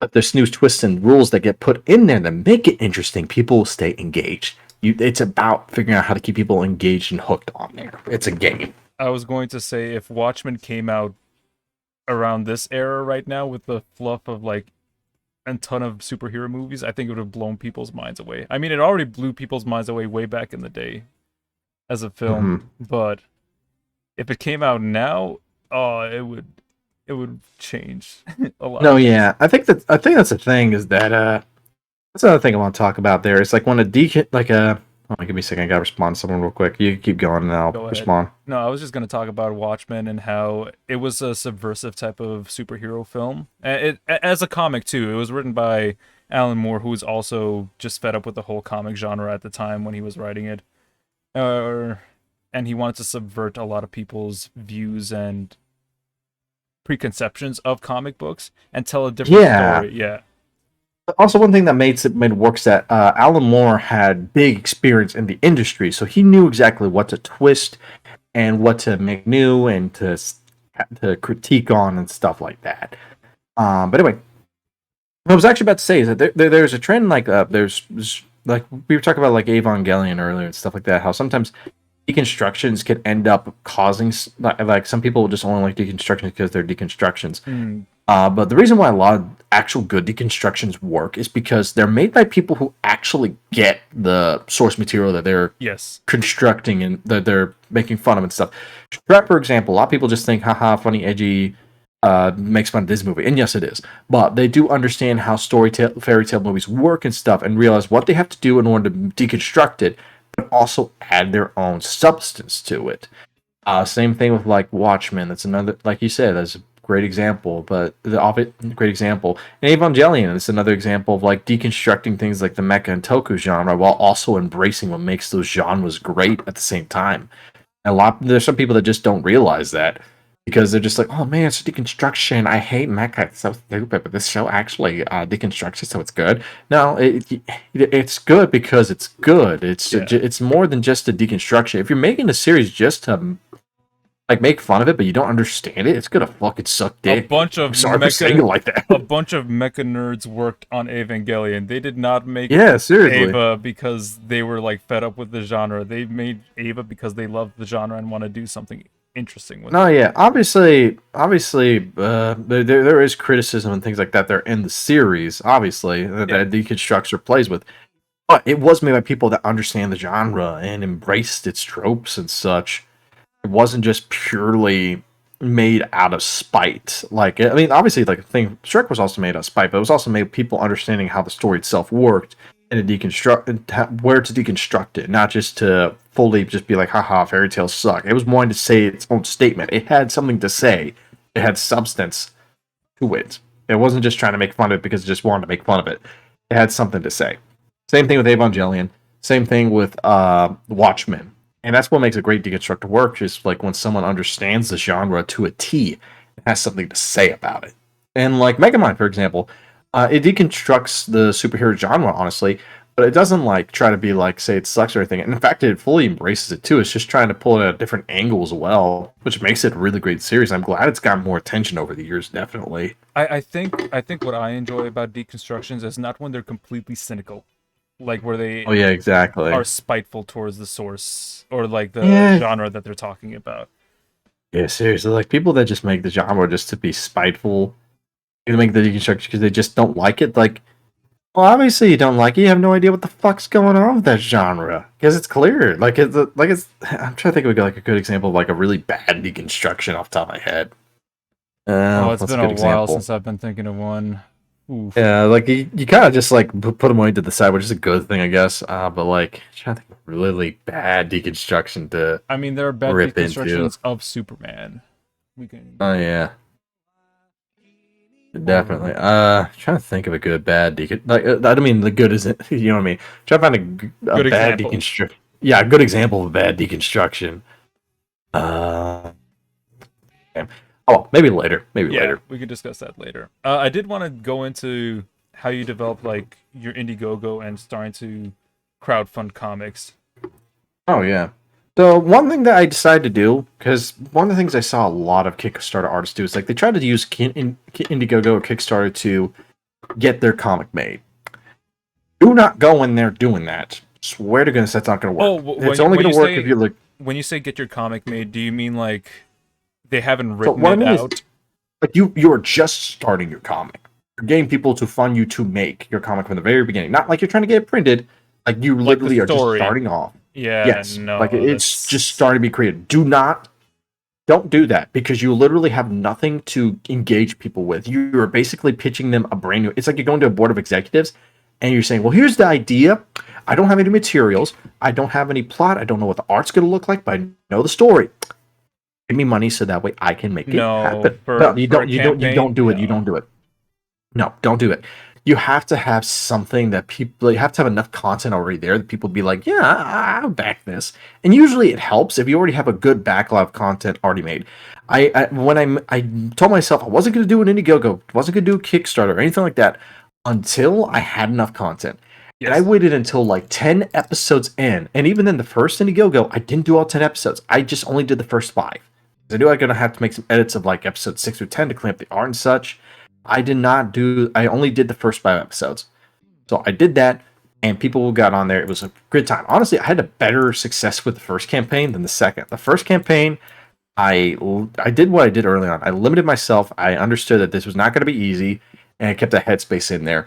And I got to talk to people who had done Indiegogos and things like that before. Figured out what I needed to do. Figured out the timeline for the campaign. And I was just being smart about it. I was just being logistical, and I was playing my cards safe. And I made it work. It was a lot of like promoting it, a lot of talking about it and telling people. And it was difficult as well because it was still 2020. It was still COVID was still not as strong as it was in like spring, but it's still pretty strong and stuff. So it wasn't a guarantee that all the shipping and stuff would go out immediately. But people were still invested and wanting to take part of the story there, and I was able to make it work. And whereas with Volume 2's Indiegogo, even though I had enough content still. The biggest things that happened was like social media, it backfired on me, not because of any bad controversy, but because of the fact that like I kept spamming it too much and I didn't really have a good marketing plan because I kind of made it in a panic because during that year I didn't like this thing. 2020, I lost my job and had to go to a different one, but 2022, early 2022 was worse. My car broke down because I got into a wreck, so I wasn't able to drive it around a whole lot. I had to get it repaired, and that took 4 months to get done. And then when I was thinking about, okay, just save up, I had my job that I was at Staples. The lease on that building was closing. We couldn't buy another lease because someone bought it out, and so that location had to close because they didn't have another location for us to go to. So I had to find another job, and for a while I was just trying to find ways to make money. I did the MomoCon Artist Alley, which was great, but during the summer, like my car was finally fixed and stuff, but the AC busted down again. And so, because it got busted during the wreck, and then we got that fixed, we thought we did, and then it busted down during the summer, and that was going to have been about like $3,000 to repair that, or just to repair that there, because there's some other extra issues going on. And so I was trying to figure out what I could do. I was like, well, what if I did the Indiegogo campaign? I should be able to make enough money for that, and try to do that. And I made it more on panic rather than logistically thinking. And that ended up biting me in the ass because I was so panicked I wasn't thinking of everything. I was trying to promote it. I promoted it, but I wasn't really seeing what the fruits of the labor were because on one hand, I didn't know, and I probably should have looked more, but Twitter, like I said earlier, it backfired because the site has this weird, not shadow ban thing, but it does suppress certain things like with like financial sites or other sites as well, like especially other social media and things like Indiegogo and Kickstarter. If you have those links directly in the main tweet, it ends up hampering visibility. And that's been especially proven nowadays, especially now that Musk's had the site. But even before Musk, it was an issue. And there was also people that literally didn't know where I was until I stopped having like the Indiegogo in my handle for like a little bit. And all of a sudden my stuff popped up people's feeds and like, where have you been? And I'm like, are you fucking kidding me? I've been trying to promote this thing for like 2 months. And apparently people didn't know I was since July of that year. It was fucking frustrating. Yeah, and this is like right near when the campaign was about to end. Luckily, people came in to support it, which is great. But it really left me very demotivated because, like I said, this whole thing was made in panic, and it just one thing happened to another. I didn't plan it very well. So I will say this: have a good plan for your Indiegogo, and I would say honestly, have like a good 2, maybe more months of planning, of talking to people and getting a game plan for like marketing and how you're going to promote it Yeah. and figuring out how it's going to work, because this is it, like usually for Indiegogo campaigns and Kickstarters, like the usual timeline is like 30-45 days. That's usually the good sweet spot to get people to be interested, because like Gene say, it's you usually want to say like the day of, or the day, not the day of, but the day before, a couple days before the thing happens, because that's when it's most fresh on people's minds. Unfortunately, because of the way the algorithms work and how people are just constantly being fed information and stuff, it sucks. But that's how it is. But with Indiegogos though, you do want to promote it ahead of time, honestly, because the more people know about it ahead of time, they can keep it on their mind, or you can do like a waitlist option so people can just waitlist it. When it goes live, they can immediately donate. But you also want to figure out ways of like getting it out there, like discussing with people, promoting it, and going on in podcasts and interviews and stuff. I went and things like that, trying to find ways to discuss it and promote it to other people, and getting your fan base to promote it. I would also say wait as well. Actually, no, don't wait till you have a big audience. You can, but it would also be a very, very long wait. Just focus more on like figuring out your game plan, promotional materials, and waiting till you have enough content to justify it. Because there's also sometimes people will just only have like enough content for like one issue, and that's it. That's not a problem. It's not a problem, but it's also just not enough, because you're trying to, because there's a lot of other things that are vouching for your time, essentially. So you want to provide enough content and enough of a quality product that people want to get into it. Yeah. And that's just the thing. People just want to have enough content. They want to get their bang for their buck. They really do. And so you just want to make sure your quality is good. And you want to also make sure you're very communicative when you're during the process. Like during when the Indigo goes live and after the fundraising's done, be communicative as much as you can. Saying that word wrong, probably. Be communicative. No, you're good. Communicative. Okay. Communicative as much as you can. Communicate with your group, your people all the time. Let them know what's going on. And plan. Also, I'll say this: don't do too many perks. And I'm not saying like don't have any perks at all, but don't do so many freaking options. Because one of the things that fucked me over, and kind of almost did still, was like in this Indiegogo, I had 6 different shirts designs. The first one I only had one. The first campaign I only had one shirt design, one poster design. The posters were not a problem because I could create those posters. I literally work at a place where I can print those posters and I know how to make them, and they are damn good quality, and I'm proud of that. The shirts I did not know how to make, and the shirts I had like 6 different shirt designs. 3 of them were black and white, 3 of them were in color. Guess what? I tried to use the usual place I did for the first campaign. Only 3 of the shirts, the black and white shirts, would have worked out well with that place. I couldn't use that place for all the full color stuff. I had to go to a completely different vendor. Yeah. It was more expensive doing it in color as well. I fucked myself over and took out more money than I needed to just to get those shirts printed because I was a dumbass. Man, that's why you get. That's why you. Sorry. Shirts were a nice perk to have. I like the idea of people getting like unique merch for my stuff. Yeah. But I feel at that point you're better off having a merch store so you can actually order for people that would want to buy. No, yeah. And if you do multiple shirts, I would honestly say just keep it black and white. Yeah, black and white Just is the black way to and go. white. Like literally, it is the cheapest option. It really is. And that was just like, cause I was trying to be like, oh, bigger is better and stuff, and no, it really wasn't. And like I was trying to have more stuff because like, oh, the last campaign had so little, but honestly, that little worked in a weird way because it was just simple to the point. Everything was a good quality product, and even though everything was pretty good quality, there was too much, and it made more confusion, especially when I was trying to get stuff in because it also took a while for all the shirts to get in. The black and white shirts came on time. The colored shirts, it took a while for them to get in. That was another thing. And getting the books done was also another issue because of the job I was having at the same time and because I was being stupid and trying to focus on multiple comics at the same time. Like, that's another thing you gotta realize. Those campaigns, they're going to take up your time. They're going to take up, like, at least 6 months, possibly, of your time. You're in it for the long haul. Like, you're going to have those, like, we're not even talking about the playing phase. We're talking about just, like, the actual, it's live and the aftermath. The first couple months, you are basically The first couple months is Promoting. basically, yeah, you're promoting, getting the fundraising done, and then after that it is you have to do production. You have to keep going. You have to make sure everything's all together. And honestly, do what I should have done for Volume 2, but I did for Volume 1. Make sure you're already going ahead and doing things like those edits. Like, for example, so Volume 1's Indiegogo, I went ahead and started doing edits immediately, regardless of what happened, because my promise was, no matter what was happening, the edits were going to happen to the comic, and I was going to put them on Webtoons and update the comic, and I did. But Volume 2, because of what was happening and I was getting stressed out, I wasn't doing the edits because I didn't even know if it was going to be successful or not. So I was like, well, why bother? And that was a defeatist attitude. You do not need to have a defeatist attitude. It sucks because like there is always the potential that your campaign will fail, but you do not have a defeatist attitude because that means it will be more likely to fail. And if it does succeed, you will be stuck in the mud a bit longer because you were such a defeatist attitude. It sucks, but you have to stay in the right mindset and keep yourself working because it is a long haul project. It is not going to be simply just only 3 months and it's done. It is going to be 2 months of roughly of promotion and such, then 3-4 months of getting the production done and shipping the books out.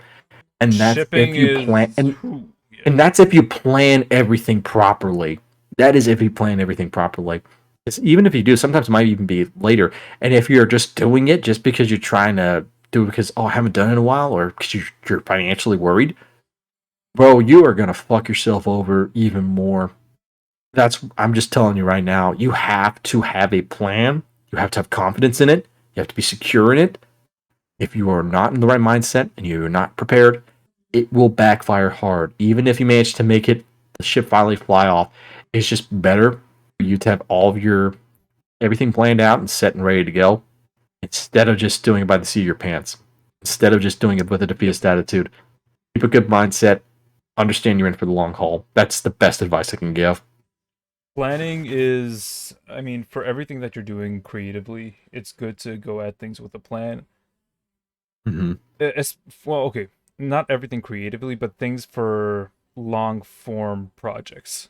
You need to have an Exactly. idea of how long this is going to take and what you need to do it. Mm-hmm. Animation, it has a production line.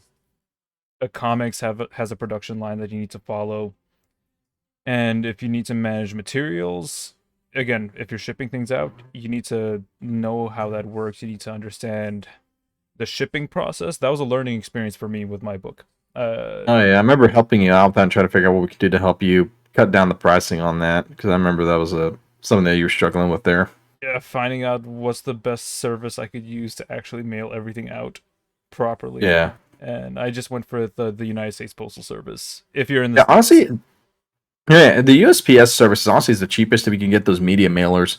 Honestly, that is the best option because it's like roughly $4 a package, depending on like if you're just doing the book itself. If it's just the book. Otherwise, yeah. if you are adding shirts on top of Yeah, that, then you gotta. Yeah, if you're. No, yeah. I mean, you could potentially. Actually, no, I'm not gonna say because that sounds like legal issues. But you can potentially still do it as a media mailer and stuff if you do it the right way. But still, it's just like very, very finessing there. Like it's very much a finessing kind of thing. But it is the cheaper option compared to UPS and UPS and FedEx or even DIL, DHIL. DHL, yeah. I forgot that that's a thing that exists. So that shipping company, because I'm used to like UPS and FedEx because of the jobs I worked in, but like DHIL, I just never really saw used a whole lot. I was like, what the hell is that? I know it's used a lot for like international stuff. Mm-hmm. And I might consider that going forward in the future, but who knows? But yeah, no, do research. I think what helped me with my own campaign is like I was doing a lot of research prior to, and talk with people like if you're talking with other creators who have done similar projects, like ask them for advice or things like that. Yeah, definitely. Never be afraid to do that because this is going to be a big experience, and like I said, you're going to be in for the long haul. Do your research. Make sure you build yourself up for success. Yeah. Don't just do it by the seat of your pants. Make sure you know what you're doing. Better to be prepared than not. And that's what I say. Anyways, for now, I think we can start heading into listener questions.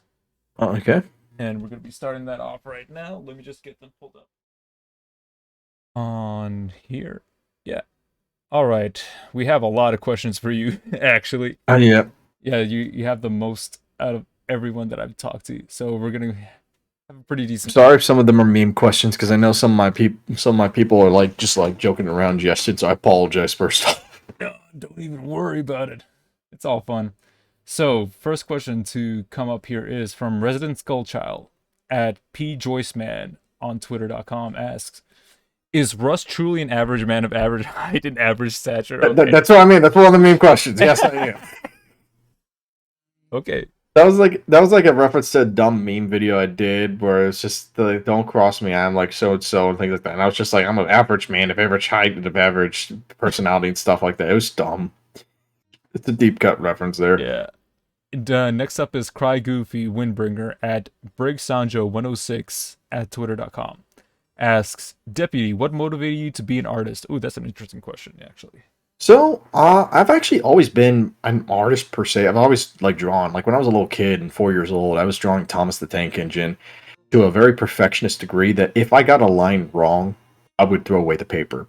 I was the reason we went through so much copy paper in my family's household. My mom and dad were very upset that they forced me to learn to just be okay with the mistakes.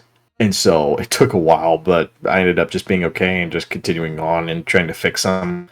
But I've always drawn.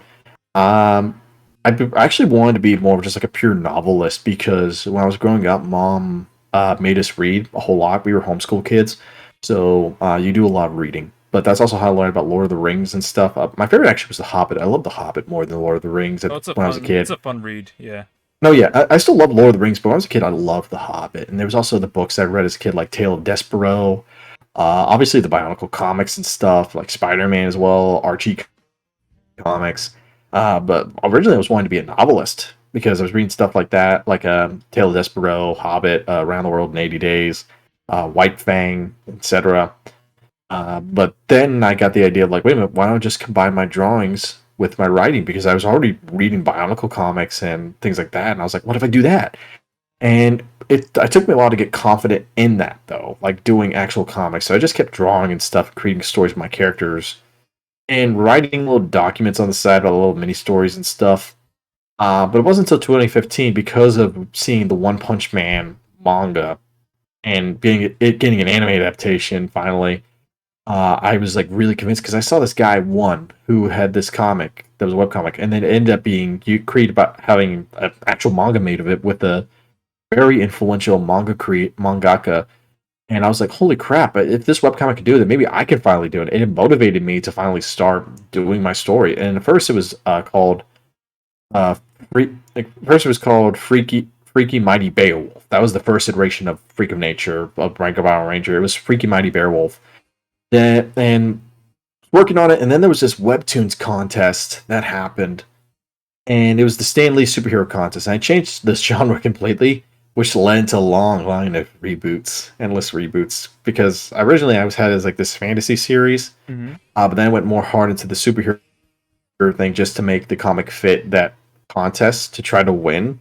It didn't work out, and I kept on rebooting it.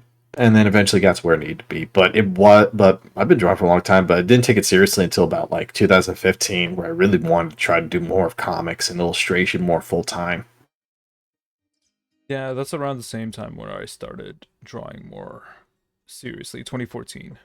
That's when I started to actually start learning how to draw. Because I was a writer, personally.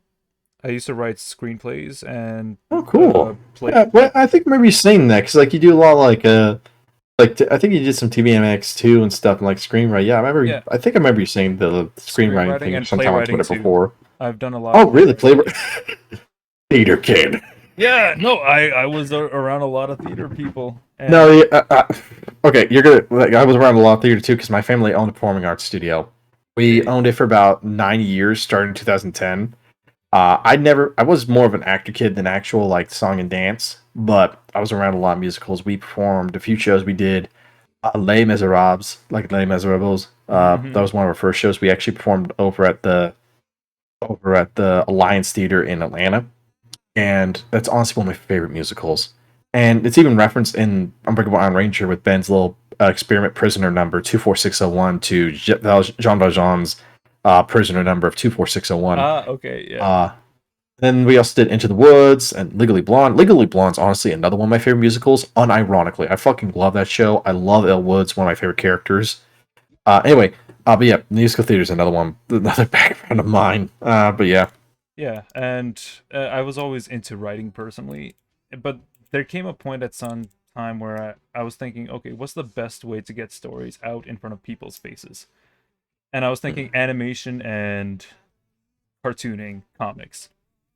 Because that's what I read a lot of manga, I read a lot of comics, and it's very easy to consume, not consume, but like get out there and have people look at and engage with it. Because nowadays it's very tough to get people to read books.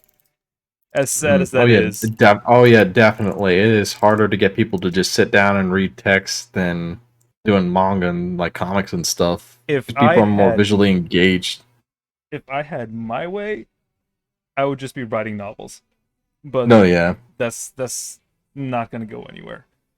But anyways, you said you drew ever since you were young, and then you read One Punch Man, and then that helped motivate you to spearhead your work. Yeah, I've always loved comics and stuff, but like that was the thing that got me to be like, you know what, I'm gonna do it. I'm gonna bite the bullet and I'm gonna do it.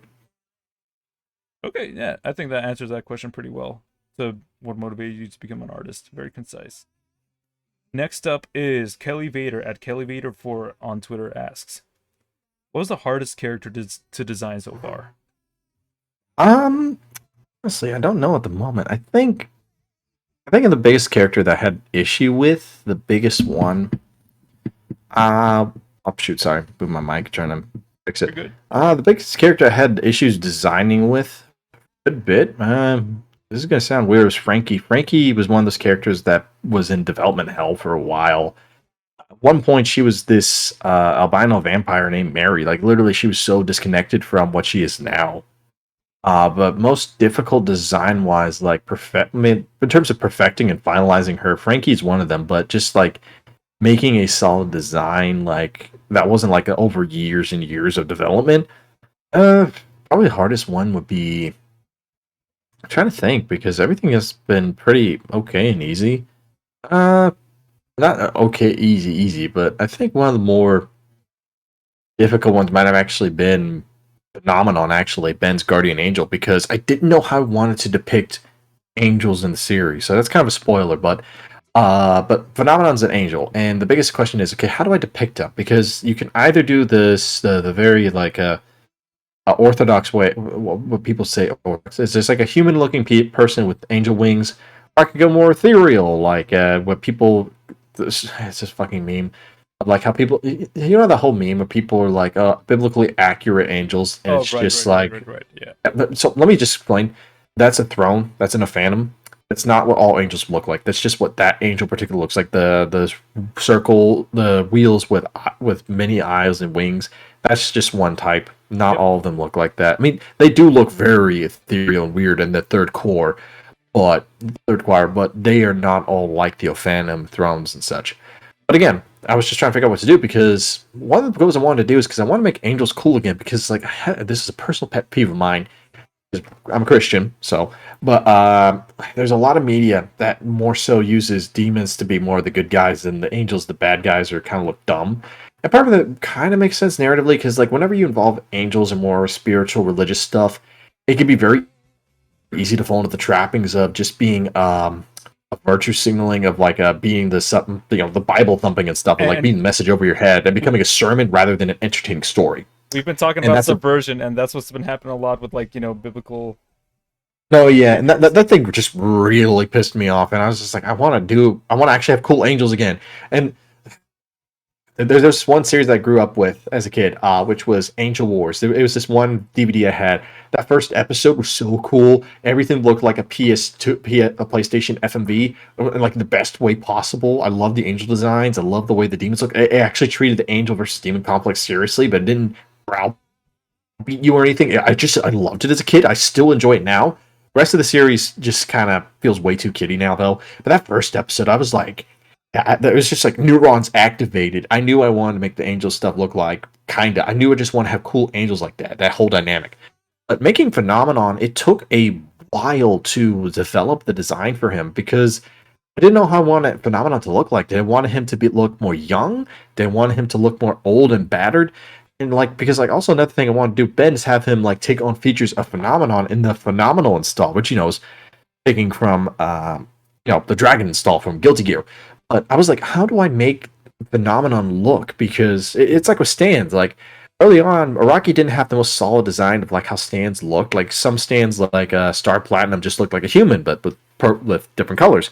Some of them looked purely mechanical, but some of them looked like a mix between mechanical and organical. And it became, and you know what I mean? It was just like, how do you design this ethereal being that makes him look cool? And eventually I settled on this first design. I'll send you all the designs and stuff so you could post it for like the YouTube version, but like this design that was a lot more blocking. Basically, he looked like a reactor, essentially, which made sense because like Ben's holy aura, and I wanted it to be like this kind of like reactor kind of thing, like full of energy, like spark to life, essentially. He had these coils around him that were like connected to his arms and such, and these platings that have like these little holes to allow out steam and exhaust. And he kind of looked a little bit like Optimus Prime in the face with like the little antenna ears and the way his helmet swooped, but it was blue and silver. And then I decided to update his design to make him look a bit more like his own. And I took some inspiration from Metal Gear Rising's like a cybernetic plating design, and it just looks so fucking cool. I'm so proud of Phenomenon's current design. He looks so sick, especially with the cowboy hat. It looks like a perfect mix of like being this living reactor kind of thing, but also looking like, oh my god, this is like a divine being, but like not like a scary one. Like because it also makes sense because like Phenomenon is a principality. Is the highest of the first core, but the first core is like the lowest core of the angel hierarchy if you go into Judeo-Christian angel theology and stuff like that. But so that also sets up like he is one of the weaker angels. So I have to create a baseline there because even though I'm not going to use angels and demons a whole lot, like lore-wise and narrative-wise and stuff, I have to have them be kind of like a baseline of like, okay, this guy's a weaker angel. He's still fucking busted and still powerful, but he's the weakest. And so I want to create this effect of, wait, what the fuck? He's one of the weaker ones? Are you serious? Like that effect. Like he's so cool, but also like, oh no, he's one of the weaker ones. And like, oh my god. Like that kind of dread, but also like, oh man, I'm so excited kind of thing. I think Phenomenon was the most difficult one in that regard of just trying to set things up and set up a precedent for the future species design if I wanted to do more of them. And yeah, I think that answers that question relatively well. Phenomena was the one that you took the most consideration with in terms of characters and trying to figure out how to get proper. And I think with the inspirations that you took into place and trying to figure out that integration within the character design, I feel like whenever you're trying to apply something from external sources into a character design, it's always a little bit tricky because you're trying to make it look recognizable or unique to its influences without going too abstract. Yeah. So yeah, there's a balance to strike there that's difficult. I tend to struggle with monster designs myself personally. I don't know, yeah, like and trying to get them to get, what's the word? Thematically appropriate. Yeah, definitely. Because I can make cool monsters, but monsters that are good for the story, that's a difficult thing. Yeah, exactly. Like, they have to fit the story you want to tell. Like, you can always create a cool monster, but does it fit? That's another thing. And next up is Barracuda Cyborg at Lightning 7 asks, when it came to creating your idea, what was your main inspiration and what was your innovation for it? I think we answered this along the way, but... Yeah. Oh, innovation, I don't know, but like the main idea for like Breakable Iron Ranger was... it was based off of Beowulf, obviously, but I wanted to tell a story that was just basically like a wild, weird West, but with universal monsters and cryptids and stuff, because I love American cryptozoology, and the mythos behind it. I wanted to look into more monsters and stuff like that, because I also love like those more B-list horror movies and things like that. Like one of my favorite movies, I know not everybody considers this a good movie, but one of my favorite movies is Von Helsing. Like, that Oh, was I another movie that. love that Yeah, movie, you yeah. get it, you get it, you get it. I fucking love Von Helsing. That was like a big impression on me. Like, especially like the design for Frankenstein and his character, or like Von Helsing himself, Dracula, and just oh man, I freaking love that movie so much. So good. It's So good. I adore that movie. That was a big inspiration for me. It was just like that whole universal monster aesthetic, like with monster hunting and things like that. Yeah, that was a big inspiration there. But the whole idea was like essentially for UIR and for Grips and Cowboys is this wild, weird West set in the modern day with monsters and cryptids from different mythologies and stuff. But more so like that kind of classic universal horror monster was the basis for Unbreakable Iron Ranger, just to give it a definitive style and setting. Yeah, I mean, even for me in Boxcar is I take a lot of modern supernatural elements in it. I take a lot of mythos from around the world, and I want to reapply them into things to use in universe. There's a big lore thing that I'm not going to get into with Boxcar, Mhm. but there's a reason why I have a lot of supernatural elements within the narrative, and why I want to apply supernatural elements from around the world. And that's something I can't get into because it's a very important thing for me in my lore and narrative. Mm-hmm. But it's just really nice to reinterpret these things. And No, yeah. And while I can't spoil the main things on the line, but one of the things I want to do, and with his story, is create is like there was something because it's a little bit personal for me growing up, like around 2018, and just seeing how the world's changed and stuff, and like thinking you have this understanding of the world, you go into the world with these naive ideals and ambitions, and you get challenged so often along the way. Yep. And if for Ben, it's a story about like, okay, well, how do you keep holding on to your morals? How do you hold on? How do you keep the faith? Because that's a religious aspect of the series I wanted to do, but also make it more universal for everybody, so that way they can understand it without feeling like browbeating. That's something that everybody struggles with. How do you keep the faith? How do you stay steadfast and continue on this world when it's constantly challenging? You think everything's so simple, everything's so black and white and such, and that it's all going to be easy, or that you thought things were going to be the same way, but people change, the world changes. You thought you knew everything about yourself. You thought you knew everything about your like your family and things like that, and it changes, and it gets scary, and then you it's start like doubting the yourself. idea of like, how do I stay a good person? Exactly. That was the biggest point, because Ben is a character that's meant to be like, I want to stay on the straight and narrow. How do you make that interesting without making them lose their morals and stuff? That's what I wanted to make the story about, and it's something that's more personal for me because of what's all happened and just how crazy things have gotten. And I just wanted it to be a story about how do I keep the faith. It's a little bit more personal to me, but I wanted to make sure it was universal to everybody. I can't spoil everything, but that's the whole point of the story for me. In terms of themes, yeah. No, theming is fine and dandy. I mean, for me, the major theme in my narratives, there's always a theme of freedom for every story that I write within the world of Boxcar. And that's like something that I think about a lot. What does it mean to be free, or versus what does it mean to be subjugated, and the different ways in thinking about that. And I have a whole system with my vampires set in place, and how those hierarchies work, that I'm really excited to get into in the actual comic, that explore that thematic. Oh man, I'm just really excited about my comic. See, that's the thing I also wanted to say earlier. It's good to be excited about your work, I feel. Oh yeah, exactly. It's important to be passionate about your work, because otherwise, because you're the biggest fan, you need to prove to people that this is your work. Sorry, that sounds wrong, but you need to have that passion and drive to make your work. So you got to be your biggest fan. You really do, because if you're not, that's a problem. Next question is Tootsie at rtootsie on Twitter asks, what is your favorite webcomic? I'm very curious to hear what your favorite webcomic is. I mean, I'm not gonna be honest. The struggle with like being a webcomic artist and stuff is that you don't always read every single comic that you should. Like, I used to be a lot more engaged, but I haven't been. I will say this though, very biased here. But The Witch's Throne is one of my favorite webcomics, still to this day. I enjoy it.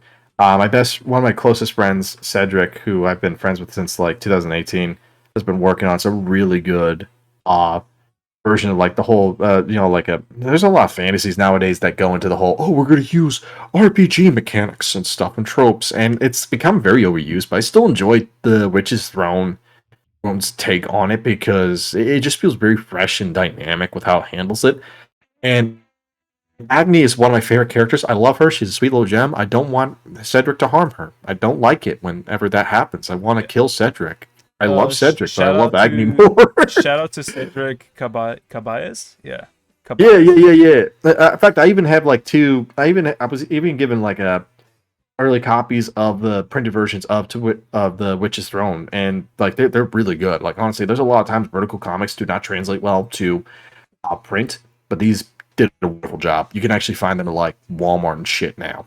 It's really good. I can vouch. No, Witch's Throne is a really good looking comic. Oh no, yeah, it's really good.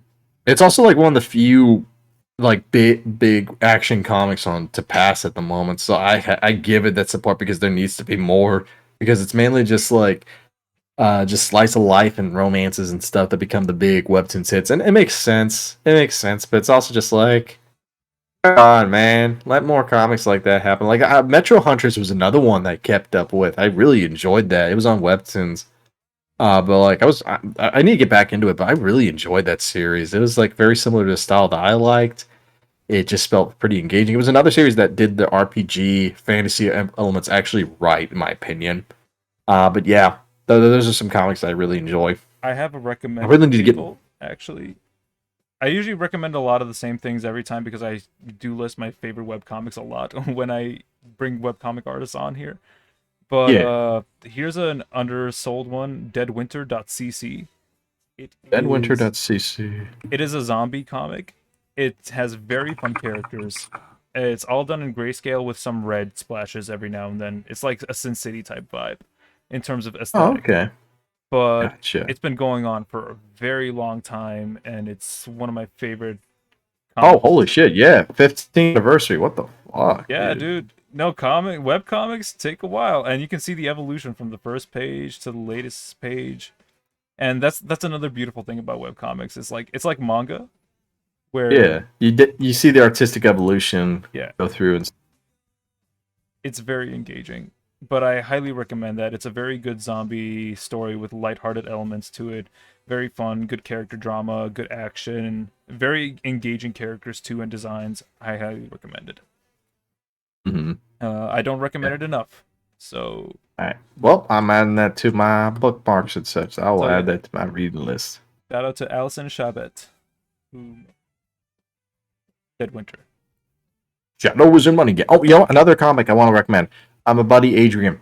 Afterworld. That's another great comic that's starting off. He actually managed to get the. Oh, let me fucking do that. Give me a second. Brain. Give me a second. It's on Webtoon? Try to find it. Yeah, it's on Webtoons. It's not a main series thing. Yeah, okay. Yeah. Oh, Afterward. I fucking love it. Shout out to Adrian. Everyone check it out on... Note the series contains mature themes. It's all good. Yeah, there's gore, but it's fine. It's great. I fucking love it. He needs to keep going. Give him the support. It's a great series. Okay, you know what? Since I'm doing more undersold webcomics online, I read a lot. There's also Sledgehammer Saint. Sledgehammer Saint, okay. By Gritty Hot Dog. It's on Webtoons, I believe. I read it a while back, and he's updating again. Gritty's updating the comic again, so shout out to Gritty. Sledgehammer Saint is what you want to do. It's kind of like a slasher type deal with zombies. Gotcha. Just subscribe to it so I can catch up on it. Yeah. It is all hand drawn. Yeah, I can tell. Everything. It's a very engaging style. No, yeah, I could tell this is traditional. This looks great. And Gritty does really good stuff. Follow Gritty on Twitter too. Yeah. But yeah, next question right now. I hope that satisfies people's needs for new webcomics, or what is your favorite webcomic? There are a bunch of things, and if you're on YouTube, you can watch them and see the screen and get a feel for if you like the style or not. Next up is The Goblin King at Goblin King 9 asks, "What is your character design process?" I want to hear your process. I'll tell you mine afterwards. Okay, so I actually have so this is something that I've done. So basically for Crips and Cowboys, since in Unbreakable Rangers, since it's the main thing I've done. So what I've done for the character process is basically, I'll take I've kind of stopped doing cowboy tropes too much, but I still use it. So I take a cowboy trope, I take a monster, and then I take, I create a sort of EP of music as inspiration, and I combine that all together. Because, like I said, music is one of my favorite things. I love rock and roll. I love southern rock. I love a lot of classic rock. I grew up with a lot of that music. So music as a whole is a big thing to me, inspiration-wise. And I've also learned a lot more genres and stuff as I've grown up, so adds a lot more variety. A lot of characters I've made have basically been a combination of a Wild West trope, a monster of some kind, whether it's a universal monster, mythos, cryptid, doesn't matter, some kind of monster as a basis. And then a little EP of music. It could be like just one or two songs. More songs is better because it adds more depth, in my opinion, allows me to create some more ideas. So Ben Young, as an example, and then we'll get some others. Ben Young, his name is, just by the name alone, the Young part is actually based off of a few artists. Neil Young, a folk artist that is very popular and stuff. Then one of my favorite indie artists of all time, Jonathan Young. Fucking love that guy. That guy was like a big inspiration to me. I love that dude. Shout out to Jonathan Young. Yeah, but some other stuff like Ben's current design is actually based off of Marty Robbins' outfit in the Gunfighter Ballads and Other Songs kind of album. That black attire that he wears, Ben's current outfit for CNC, is actually based off of that. And of course, like him having the revolver is based off of the song "Big Iron." But another song that Ben was based off of, a band actually, is DC Talk, which is one of my favorite Christian bands. Decent Christian Talk. Very, very corny ass name, I know, but it was a big band that I grew up listening to, and it inspired a lot of like Ben's character and morals. Decent Christian Talk, decent guy. And there's been some misconception because he used to have like a DC Talk shirt, which people could get the reference, but then he moved down to his belt, so it wasn't as obvious. But the problem is that some people thought it meant Dick Talk because there was like the D and then the little cross in between, and then C, and then bottom was Talk, and then a lot of people just thought there's a meme in there to just saying like Dick Talk. Just I feel bad about that. That's funny. Yeah. But another character that I can tell a lot more of the inspiration from, Highway Jack, Doulahan character. Started off by a song that doesn't sound like it would make for Highway Jack for like what this character is, because he's based off of Stage Jack. But the first song that I thought of when I wanted to make his character was Jumping Jack Flash by the Rolling Stones. And I used it as the basis, and I wanted him to be a Doulahan based off Sleepy Hollow, pumpkin-headed guy. But then I listened to more songs, specifically Oingo Boingo's music was what helped me inspire him a bit more. Like, his last name's actually Elfman, his full name's Jack Elfman. Okay, yeah. And if you don't know, there's actually some rumors and stuff around Danny Elfman that apparently he made a deal with the devil to create all this good music and stuff. That plays also in some of Highway Jack's character. Some other song references include Bullet with Butterfly Wings, which is literally on his back, Smashing Pumpkins, but on his back you see this tattoo of like this bullet with green ethereal butterfly wings on him and a devilish smile. That's another reference on there for him. But that's where a lot of that inspiration's on the sleeves there. Then there's also do some fun things. There's a character called Abdullah Wukong, and she is based off of a couple things. So monster-wise, she's based off of Sun Wukong. I forgot to mention some of the cowboy inspirations. So for Ben, he's based off, like the ranger type kind of archetype. Highway Jack's actually based off of Highwayman. That's why he's named Highway Jack. So, which is honestly one of my favorite names I made. He's based off of Highwayman, which is basically like a burglar on the road and such. They were highwaymen. They attacked people on the highways and on the roads and traveling and such, and attack them and steal all their stuff. And Highway Jack is a soul robber, essentially. He steals people's souls and collects them for himself. And then Abdullah, this is a fun thing. So Abdullah is based off of Sun Wukong and stuff, but monster-wise, she's based off of the Ape Woman. And there was a universal monster. And I can't remember exactly if it was her actress or the character herself that was named Paula, but the reason why she's called Abdullah Wukong is because her name is meant to be an homage to Paula, the character, if I remember correctly, But she's named. But I chose Abdullah because of Paula Abdul. So Paula Abdul, I decided to make it Abdullah. Wukong. Then there's another character that shares some more complex inspirations music-wise. That would be Haze. Haze is based off of Jimi Hendrix's Purple Haze. I think that's pretty obvious. That's very on the nose. But there's also some other things. He also references a lot of rhythm and blues and not characters but artists. His sword is called Domino Blues. It's named after Fats Domino. His last name, Rivers, comes from the artist Muddy Waters, and the song "Manish Boy" is another song that plays into Hayes' character. He's also based off of Outkast, a lot of their music work as well, like his kind of character and flow. He's based off of Andre 3000. Tama is started off early on as a villain character originally, but she was named after the song Tom Sawyer by Rush. So a lot of Rush music was made for her, but also some of Leonard Skinner. Her dad was named after the first half of Leonard and Leonard Sawyer, Thomas Sawyer. Yeah. But anyway, so that's the whole process essentially. Is I created a character that's based off a monster. Usually try to have some sort of Western trope with them, and then a little EP of music with them to try to create a character. And I try to add in more music that I can to try to make a good backstory, besides just like little references and nods. But also sometimes also like their appearance as well. Like I mentioned with Ben, his current appearance is based off of Marty Robbins' outfit on the Gunfighter Ballads album. But also Cherry. Cherry has 2 outfit inspirations. So fun fact, she's based off of the song Cherry Bomb by the Runaways. The lead singer Cherry actually had this black shirt and golden overall look that I took inspiration from, but Cherry also takes inspiration from TNT by AC/DC, so I also took Angus Young's look for her, combined that together to create her current outfit, which is like this suspenders-based outfit with the kind of like schoolgirl aesthetic as well, with like the jacket and the socks and all that kind of stuff, and the tie. But yeah, I fucking speak. You're good. But that's where I love pulling a lot of different music references and monster references and trying to put my own twist on them if possible, essentially. So that's how I usually create my characters there. That's a way more involved process than I do it. I base my characters specifically off of their personality traits and how I write them, and I have this whole creed with my character design process where if characters are related to not related like biologically, but if they are in the same faction or identity, they need to share one design trait amongst each other, just to keep things consistent. Yeah, that's a very fair thing.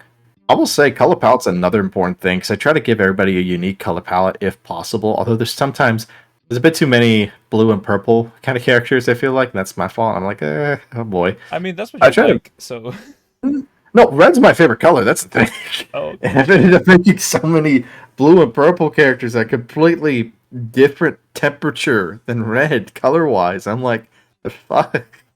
But like, but the reason why is because I want to make every character feel distinct. That's why I try to make, okay, they have to have this, they have to have that, they have to have this.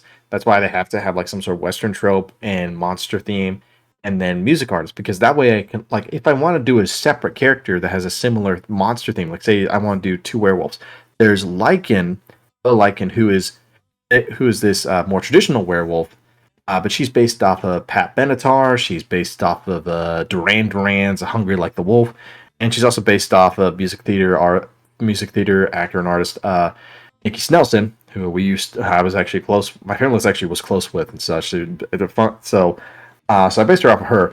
But so there's completely different type of werewolf she is, different music, and she's a hunter. But then I have Ruger, who is a Rougarou, and he has completely different music inspiration and character design. He's based off of a fisherman off of Louisiana, off of over in the swamps and bayous and such, catching crawdads and all that.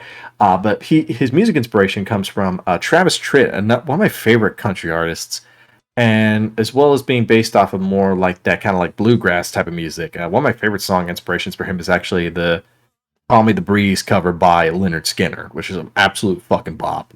But that's how I do that. So like, if I wanted to do this monster again or something similar, it allows me to add more uniqueness to them because I could create a new EP and a new trope and add on there and create a completely different character and stuff. And I could use the music to create a different type of personality and vibe. That's the whole idea I have in mind. It helps me to streamline the creative process, but also help give them depth, essentially. It helps me create, this is the archetype, this is the design, and this is the personality and vibe they're going to give off by combining all three of those. Got it. Okay. So you like to have a mix of these core elements, as specifically for what you're working on currently with Unbreakable Outlander, CNC. I still have some music references that I'll sneak in because that's just what I like doing. For Crimson Cowboys and UIR, that's specifically the formula I have for that series and vibe. Got it. But let's say you had to develop a general character design process, not specifically for these works, but in general. How do you go about making a character? Well, first off, I think about like what kind of, well, obviously I think about the personality, but then also think about like their design, like, because part of me is like, I want to make sure that you're able to get a good read of their character from their design and stuff, because especially since I do a lot of action series, I want to be able to get people to understand what the character's like or what they could be, or allow them to switch up. So like Cherry is able to look very, like in her episode debut, she was able to look very innocent, like, oh, she's like this damsel distress trope, but then she's able to quickly flip on a dime and be like, oh god, she is fucking crazy ass bitch. But then you have characters like Jack, who, because of his pumpkin head, he could look terrifying and sinister, but then he could also just become like absolute goof because of the expressiveness and a fucking simp. But then there's characters that just have this dominating and menacing presence all the time, and that's what they're meant to be like. And that, like with Ironworks Mark IV or Grendel, is that there's barely any facial expressions he has. He gets two eyes, but he starts with one eye.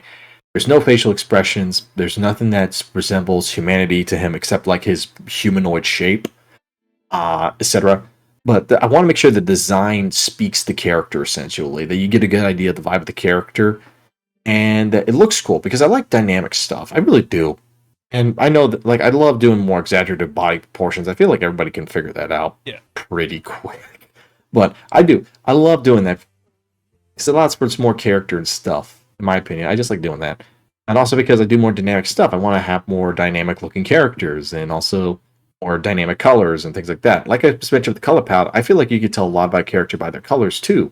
Because they speak a different personality, like their vibe and what colors represent, like color theory and stuff. Red colors can either be more warm and passionate colors, or they could be evil colors. Blue can mean more innocence or sadness, sorrow. There's a lot you can do with those colors and stuff. So really, for me, I'll think about the personality of the character, but I really want the design to also be able to be very readable as well. Now you can get a good idea in case I don't do a whole lot of character stuff or don't do a whole lot of writing for that character. Even if it's a background character, I want everybody to be like, oh, an interesting character. I wonder what they're going to be like. I got an idea of the cover. I want to see what's more underneath them, because sometimes they might be more than their cover, but that's the general idea. Yeah. I also forgot to mention, for every single character that I make, I focus on 3 distinct character design choices for them. And it all should read through their silhouette. That's what I believe in. That's another thing that I want to try to do too. Yeah, it's the silhouette. Obviously, the silhouette ain't end all be all, but silhouettes do help out a lot to help you give them a distinct vibe, especially shape language. Shape language is another one. Like I said, I do exaggerative character design, but shapes help tell a lot, because more jagged and pointed shapes can represent edge, sharpness, strength. Not strength sometimes, but like squares can also represent defensiveness, solidness, and things like that. Shapes help like give a good design as well. Like silhouettes are one thing, but the shape design also is another indicator of the character's personality and vibe too. Their identity, and I feel, I try and think about my characters. Can they read from very far away? Yeah. And color helps a lot with that too, the way how you do the color balance for your characters. But yeah, no, I think that helps the character design process for the Goblin King. We both gave like our own versions and answers to that question. Yeah. Next up is Super Justin Bros. At Super Justin Bros asks, what has it felt like creating a full cast of characters for a webcomic and evolving them over time? It's interesting, because once you start off creating characters, it feels like I said, it kind of feels very simple at times, and you want to. Sorry, I'm trying to figure out the best way to phrase this. So when you're starting off your webcomic, you usually have a smaller cast, and you're adding in more to the family essentially, and then you start figuring out, okay, how are the dynamics going to work? How would this character interact with this character? How would their personalities match? Would I be able to make them work together? Like I said earlier with the whole killing darlings thing, sometimes I'll have a lot of characters I want to use, but I end up remixing or reusing them in different ways. Like an example was there's like Cameo, for example. Cameo's name has been traded like Transformer names used to be traded around a lot, like in the early days, where Cameo started off as this chameleon mutate, and then eventually was started off as like a hybrid to a full-on chameleon mutate, kind of like in TMNT. Now is the Invisible Man. He shares his name with his Cameo. That's about the only thing that he shares the same way with those other characters. But it's basically like as you develop your characters in your comic, it's basically just learning more how to like play the pieces on your chessboard. Like I said, writing is a game, and you're learning how to use the pawns and tools at your disposal in order to keep making the game more fun and interesting. And so it's really is just like as you develop your characters, you want to figure out how to use them more and how to make them interact more, especially when you're doing webcomic stuff. You're going at a more comparative snail's pace, and you feel like you need to be using more of your tools early on, even though that may not always be a good thing. And you feel bad as well sometimes because some people want to see more of your characters, and it takes a long time to do that. I know that people love the sidecasts in Unbreakable Iron Range and want to see them more, but I have to remind myself too that this is Ben's story. If I focus too much on these other characters, I'm going to overwork myself, and that's why I wanted to do Crips and Cowboys, so I can give more time to these characters. I can give more time to these side characters, and they could be their own protagonists. But this is Ben's story that I got to focus on. I still want him to interact and see how he affects the world, or they affect him. And because it's a world you're making, you want to make sure that everyone feels a part of the world and not just like those set dressings and such, you know? Yeah. You want people to be engaged with the characters, and that's how I feel about like. So with my own comic, it's just like some characters would be very minor side characters for a storyline, but that does not mean that they cannot be main characters themselves later on in their own little stories. Yeah. In the future. But again, it's just like you play with what you got. What time do you have to say whatever you want to say in the story and the narrative? And hey, if you guys like a character, feel free to draw them. Oh yeah, seriously, please draw a fan on my characters. I'm desperate. But you know what I mean. I love it when people draw my characters. I adore it. It's cool seeing people like share that love for those characters and want to draw them. I love it so much. Yeah, and casts will just naturally evolve over time. When you write, you just want to make more characters at some point. And for me, I just have a lot of characters written up. I don't have designs for a lot of my characters that I've written up. Oh man, I feel that. And as it comes down to it, when I get to them, then I have to think about, how do they develop within the narrative and the story, and how do they interact with other characters. I like having different characters behave differently around other characters, and that makes them engaging. Like I have like very consistent traits for some characters, but I like to have every character have a different dynamic with other characters, how they refer to each other, because it makes the world feel more, what's the word? Lived in and realistic, despite fantastical situations happening. They're believable characters, yeah. That's what it is. But yeah. Next up is Crayon Jackie at Crayon Jackie on Twitter asks, how far are you into One Piece, and who is your favorite Straw Hat?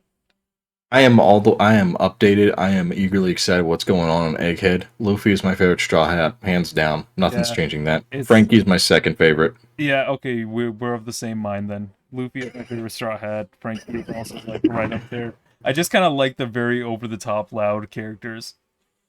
Yeah, but I love Luffy. Yeah. I'm sorry. No, I love Luffy. Yeah. Sorry, go. You go. Sorry, but I love Luffy because he's just that very like. He's a static character in a sense, but you love him for being that because he's changing the world as he goes around. He's kind of like a force of nature, but he's very naive in the best way possible. And one of the things I love about him is that it's kind of intentional. You don't see him think; he just does, and you see how passionate he is about this. He has such a childlike sense of wonder about the world, and it's cool. It's fun seeing it. It's fun seeing it, seeing how he cares about things, and how he's just more about like absolute freedom. Yeah, Like he cares, he's wanting to do good, but also at the same time, he's like, I'm not wanting to be responsible for everybody. I mean, I'll do good, but like, if I'm responsible for everybody, that means I can't be free. I want to be free, and exactly. he's not like. And it's just so fun seeing him just like by proxy of him just doing his own thing liberates other people because like it's weird because you see people that going directly out trying to be. It's weird because it's not trying to say that selfishness is the best way to go, but it's that like you see all these other characters that have been trying so hard to change the system, but it ends up being this guy that doesn't give a shit about the world that ends up changing the world. You know what I mean? Yeah. The beauty of Luffy's character is he wants people to live like him, I feel. Mm-hmm. And he feels like where there's oppression in the world, I feel he takes that as a personal affront because he doesn't want to live that way. Oh, he does, and therefore he doesn't want other people to live that way. He wants people to be as true to themselves as possible without any hindrances Exactly. to them. Yeah. And that's why I like his character a lot because like at the core he's like freedom incarnate, and that's what I like about him. But Frankie's funny.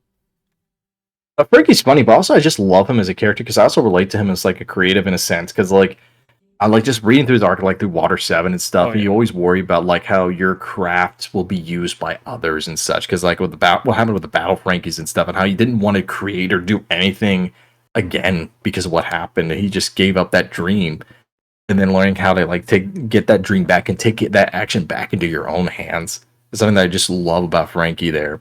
And I wish he got more screen time. I really do, because he's really one of my favorite characters. I was hoping he would get more of Egghead. I'm not spoiling anything. Yeah. It looks like he might. But still, I love Frankie as a character. I just love his arc there. It also helps that he's based off of like Ace Ventura, Jim Carrey there. Yeah, I got a lot of those vibes from him. Frankie. Oh yeah, but also, unironically, I love Buggy's upward failure. Basically, Okay, I but love that's okay. No, we were specifically asked Straw Hats. If we were asked favorite characters in One Piece, it's a completely different story. No, obviously Buggy wins. Buggy, yeah, Buggy yeah, is true. Too strong. Buggy D Clown. Buggy D Clown. I fucking love. No, but unironically, he's one of my favorite characters. No, legit. In the series same. because I got so fucking motivated from his speech, like in recent chapters. Like I'm not gonna spoil it again. Like, oh my god, I literally got so motivated. I wanted to do something like that. It literally motivated me again. That whole chapter, if you know what I'm talking about. Like, I was like, yeah, holy shit, I'm rooting for him now. He's gonna do it. He's gonna do it. No, Impel Down was when I was just thinking, okay, you know what, Buggy might be the best character in the series. Oh no, yeah. But I have other favorites too. I like Gol Roger. Yeah, he's great. I fucking love him. Garp. So those like three are my pinnacle characters for One Piece. And then Straw Hats, I just like Luffy. I like what he represents. He's the perfect protagonist for the story. Oh yeah, definitely. And next up is another meme question by Pole Bear. Bear the Pole on Twitter asks, I saw this. when will you come to Brazil? Oh no! That was a different question. I don't know. I'll figure out how. But yeah, I need protection. I want to come to Brazil, but I'm scared. I need protection. I'm just a white boy. Please protect me. I'm weak. I am not. I'm from Florida, but I'm weak. I'm from Georgia, but I'm weak. Please protect me. Next up is Goy288 at Goy288 on Twitter asks, which character of yours in CNC/UIR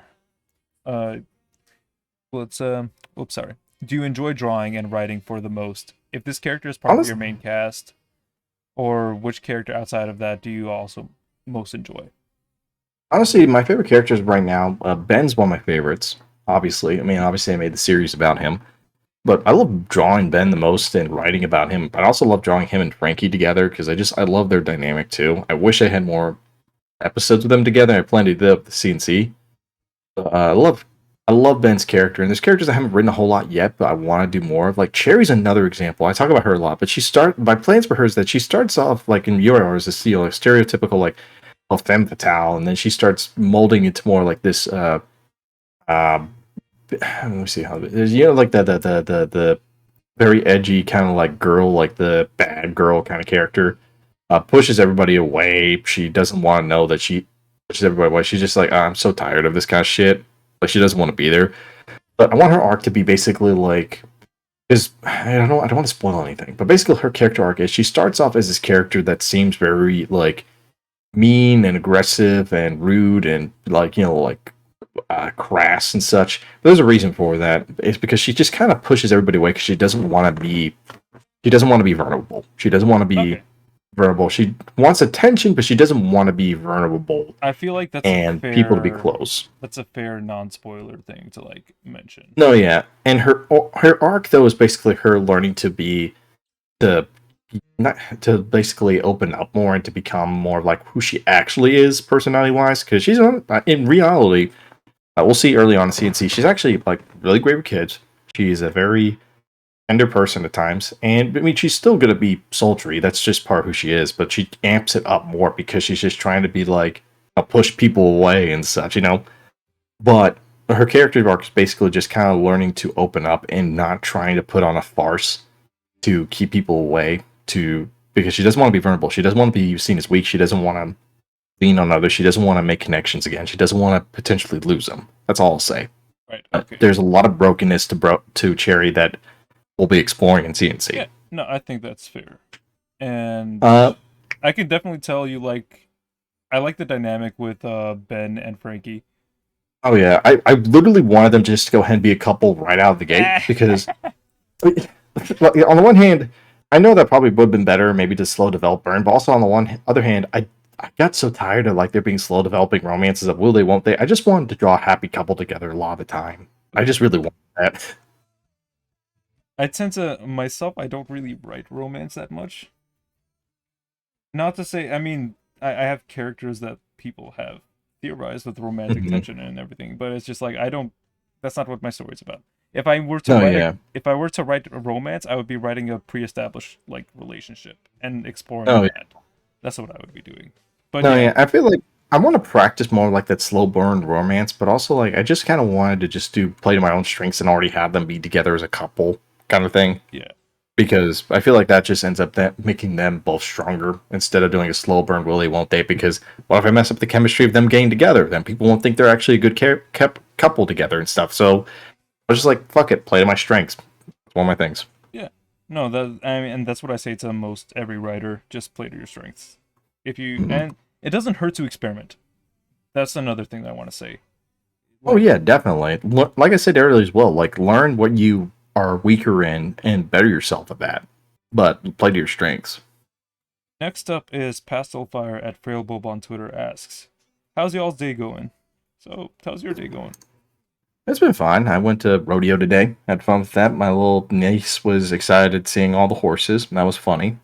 Hey, I went hanging out with my friends today. I can't skateboard because my bum ankle is stopping me from doing things. But I was taking a bunch of photos of my buddies skateboarding today, and then we had That's hot pot cool. later in the day. It was really nice. That's fun. What's Rust's favorite food and least favorite food? Asked Pastel. I love pizza. I love cheese pizza. That's a good choice. What's your least I favorite? hate peanut butter.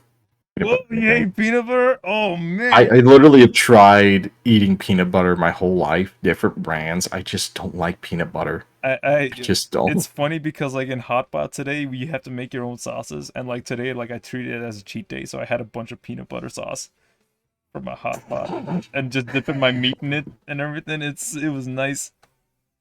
I just cannot. I just can't have. I just not can't have. I just don't like I just don't like peanut butter. I don't know why. I've tried. I've honestly tried. It's not like just where you're a kid. You're like, yeah, you want it. I literally have tried to have peanut butter, especially some of the jobs I have to do because it's a good source of protein. Yeah. I just don't like it. That's okay. That's fair. That's no issue. We already answered this other one. Favorite Straw Hat crew member? You said Luffy. I said Luffy, and then runner up is Frankie for both of us. And the last question Pastel asks is, "What do you do when you have art block?" Ooh, that's a nice one. Ooh, I have. What do when I'm in art block? It just takes a while for me to, but I just basically have to learn to slow down because this is just because I usually just like when I start, I keep going. It's just part of like how my brain works because OCD, ADD, and on the spectrum, just it happens. Like it's very easy for me to get on the rails. It takes me a while to get on the rails, but when I'm on the rails, I just go. But when art block hits, I have to take a moment to step back and re-immerse myself in other material in order to get myself refreshed. And either that's things that I'm not normally into or things that I think I would be into, and just take a moment to sit and just like stream, just watch stuff, just relax, and just because sometimes like when you do what I do constantly, it becomes hard to just learn how to relax. Recently, I've been getting back into TF2 and fighting games in this example, so I can de-stress and just have something that isn't my art to de-stress too. Because if I just have my art as like a way to de-stress or vent, that's never good. Like if it's just only for that if I'm just only being able to do through that, I don't like that. Yeah, Because you need you to don't have other hobbies. That's what I tell people. Oh yeah, I don't want my art to just be all I do. I mean, I love doing art. I want to make my art my passion, my work, but I need to find ways to detox and do de-stress and stuff. So in order to prevent art block, when I do have art block, I just do other things. Like I play video games, I just watch TV. Not TV, I just stream certain shows and stuff and reinvigorate myself. Read some art books that I have. I have like a ton of art books. I have one by Imayashi. I also have some Transformers art books. I have this one art book from the Batman movie, the Matt Reeves one, Oh, okay. and then Doom Eternal art book. I also have this one of the Dragon Quest art, and this one art book of the Cuphead, the Spider Verse art book, and or I just reread some manga and comics and stuff. That's also what I also tend to do. Yeah. Well, I think it helps people to take a step back from the things that they're working on every now and then.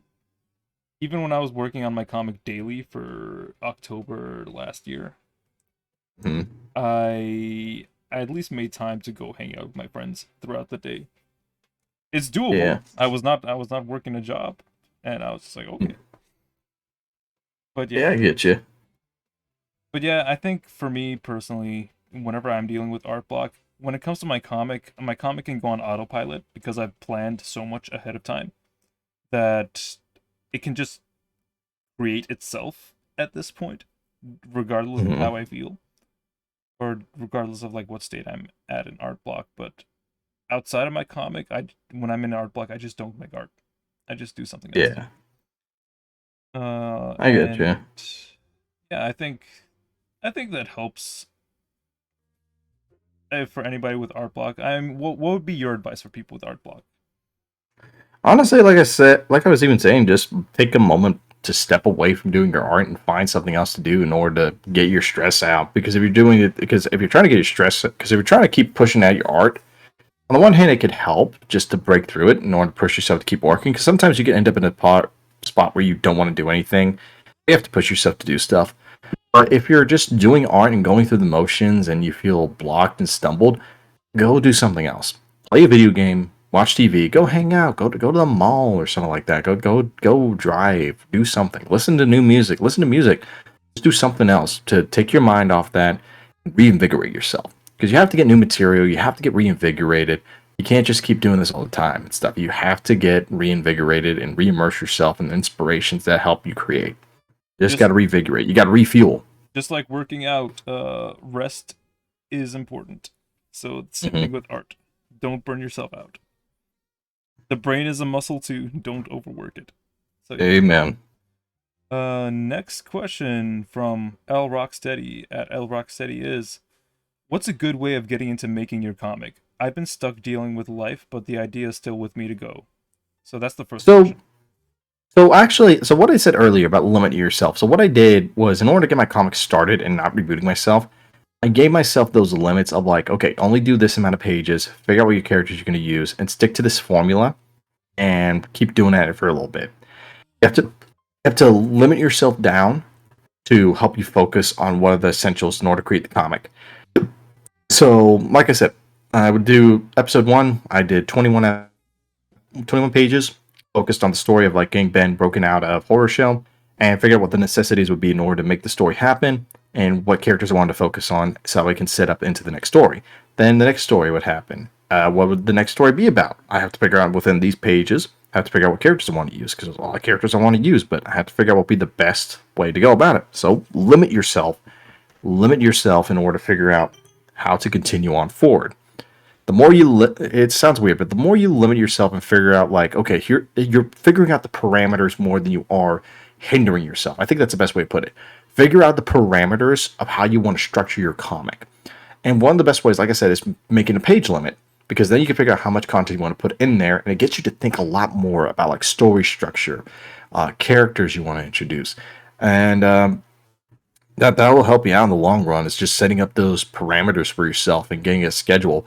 Another thing, yeah, getting a schedule is important. Get like a dry erase wall. Don't try to schedule on your phone or anything like that. Literally get you a dry erase marker wall or something like that, Or Post-its. or dry erase board, or dry erase map of like calendar thing, so you can actually visibly see the days, and then write with different markers what days you're doing this, what days you're doing that, and other things you're working on, so you can think about and plan out your day a bit better and figure out which days you're working on the comic, which days you're doing other stuff. It helps you understand. You got to set up the parameters, you got to set up your own rules in order to eventually bend and break them, but you need that structure in order to move forward. Artists need structure. I will repeat myself. Artists need, they desperately need it. You can't just be too creative willy-nilly. You need that structure. I know I was just talking about how you can't just be too repetitive, otherwise you get an art block, but you also need that structure. You need it. So that way you can hone in all that creativity. And it's like a water gun versus, it's like a water hose versus a water gun. Water hose, yeah, water gets out, but it's kind of placid. It's just kind of going everywhere. But a water gun, straight shot. It's the job done. The thing is with structure is, again, why you can go autopilot when you're working on a comic, again, and you can work at it through art block, is because you have that structure set up for yourself.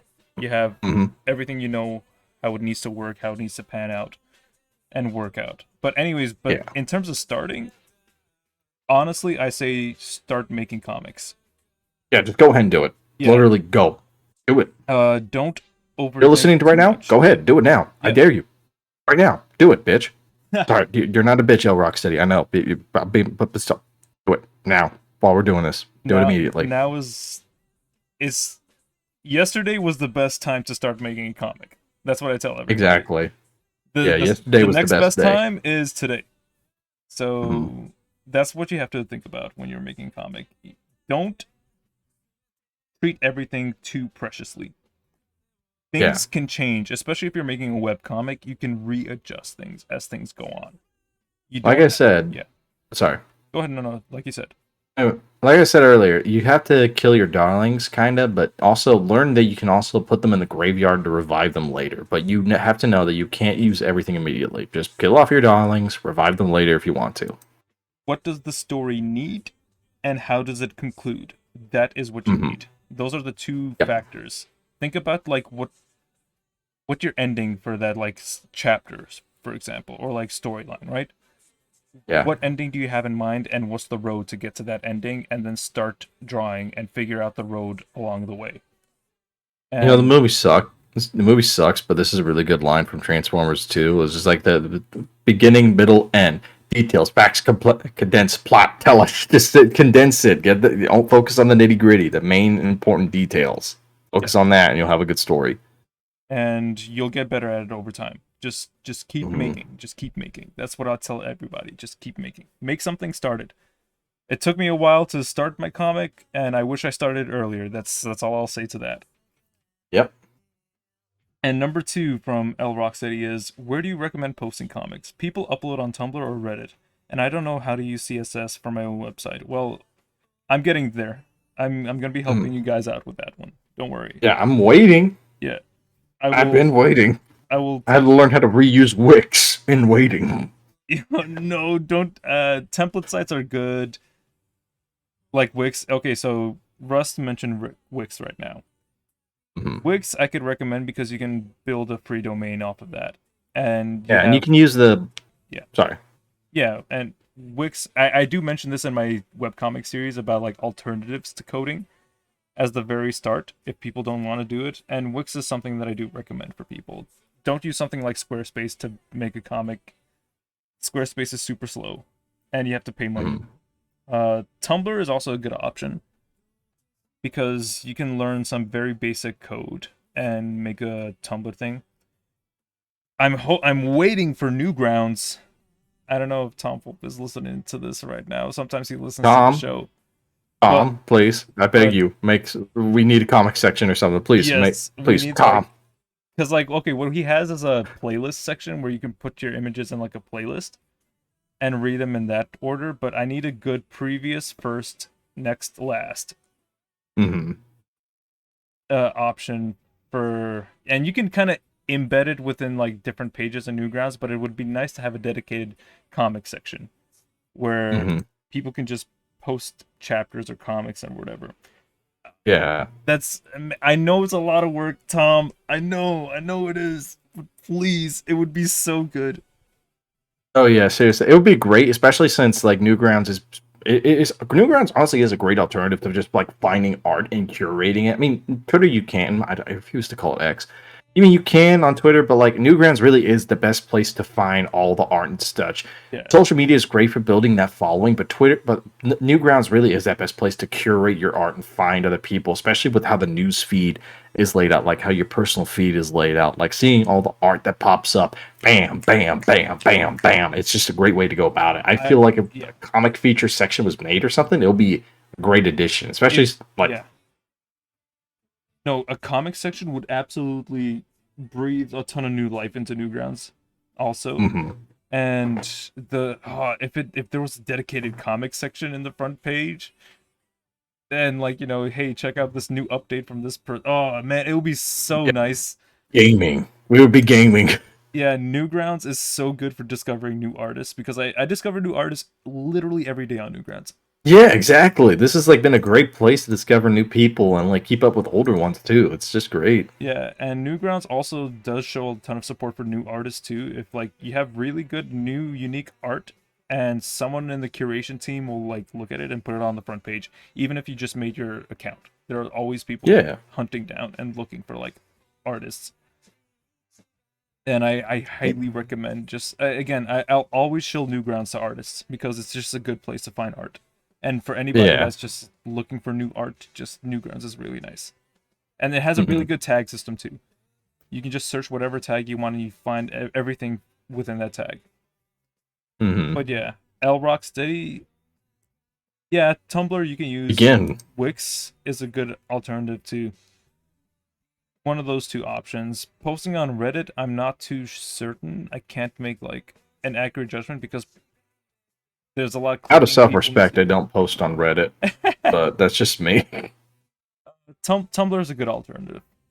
Yeah, I think Tumblr would be pretty good, but I haven't used Tumblr since like ages. I had an account that I deleted, but I haven't used that site in ages, so I can't verify that either. But honestly, Tumblr would work better. There's a little bit more coding option too, I think, if I remember correctly, that you could possibly use. Yeah, you can adjust things within Tumblr.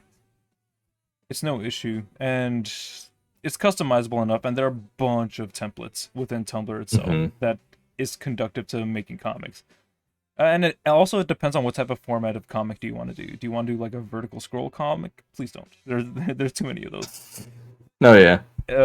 Do traditional. That's what that's all I tell people.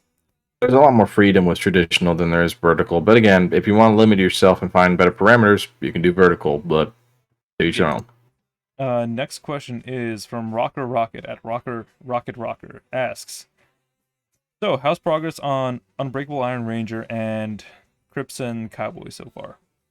There is progress. I can say that. It's just I'm frustrated that it's taking so long to finally get to episode 15 done. Like literally, it's been hard because I'm trying to figure out a good way to end Unbreakable Iron Ranger. Even though I know a number of it's continuing in Crimson Cowboys, it's like, how do I cap this series off? What do I need to bring over and carry over to cap this off? You know what I mean?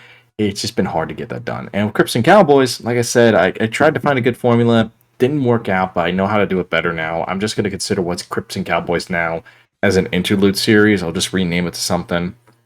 Keep Crimson Cowboys better, another little subtitle, and we'll do a Kingdom Hearts way. We'll make a funny little, a very weird name for it that you could find a deeper meaning, or maybe not into it. I don't know. All right. Final chapter, Crimson Cowboys. Final chapter. Oh, you're getting it out there. It's coming. Oh yeah, I'm really excited for episode 15 though, regardless of my frustrations at the moment. But I'm good. But I want to make it the best for UIR. Like this is the best episode out of all of them for all of UIR. That's the goal I have. And next up is the final one. All right. Mr. Conductor asks, wasn't sure about what one question to ask, so I got a bunch Oh together for lord. you guys. Oh my god, excited to Oh hear the shit. podcast. Oh wait, how much questions for Deputy Russ? Take your pick, son. Whoa, Okay, whoa, hold whoa, whoa, whoa, whoa, whoa, whoa, whoa. There's a lot of on. questions here, buddy. Oh, sweet Lord of the South. Oh my goodness. Okay, let's Hold on. I'm looking at the. I'm looking now. I want to see what at the the heck's Google going on. document that he sent. Oh god. Hold on. Uh Ooh, okay, let's take a pick of each section for you. Let me Or I can pick see if I one. can. Okay, in the general section from one of these that I'm gonna pick for you is are there any misconceptions about you, your work, etc. that you'd like to clarify if any come to mind? I don't know. I mean, I know that honestly, there's been a couple times that I don't know, the like 4chan, for example, I just thought I was like some no. Like, there's all people that will like think that I'm just like some sort of like either I'm a coon brain artist or something like that, or that like I've had experiences like where our men drawing women like was trying to rag on me at one point. It was over the piece of art that was like really not that offensive. Like I've done way worse portions, and they were trying to rag on me on that. But it's just I don't know. But there, I remember that the main thing is just that. I also know there's like some 4chan threads that were made about me. One when I was trying to pitch my stuff to Image. I'll be honest, I was being a little bit cringe, being like, "Oh, I'm gonna submit my stuff to Image. Can't wait for the results." They were like ragging on me, saying that I was like wearing my inspirations too much on my sleeve and calling me really mean shit like Christ cuck and stuff like that. But there was some good advice I found in there in a lot of the in a lot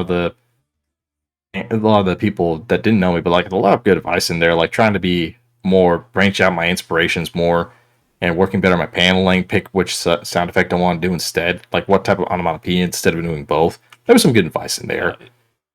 But then there was another thread that was made about me that was just kind of ragging on me about like the Spider-Man comics I was making.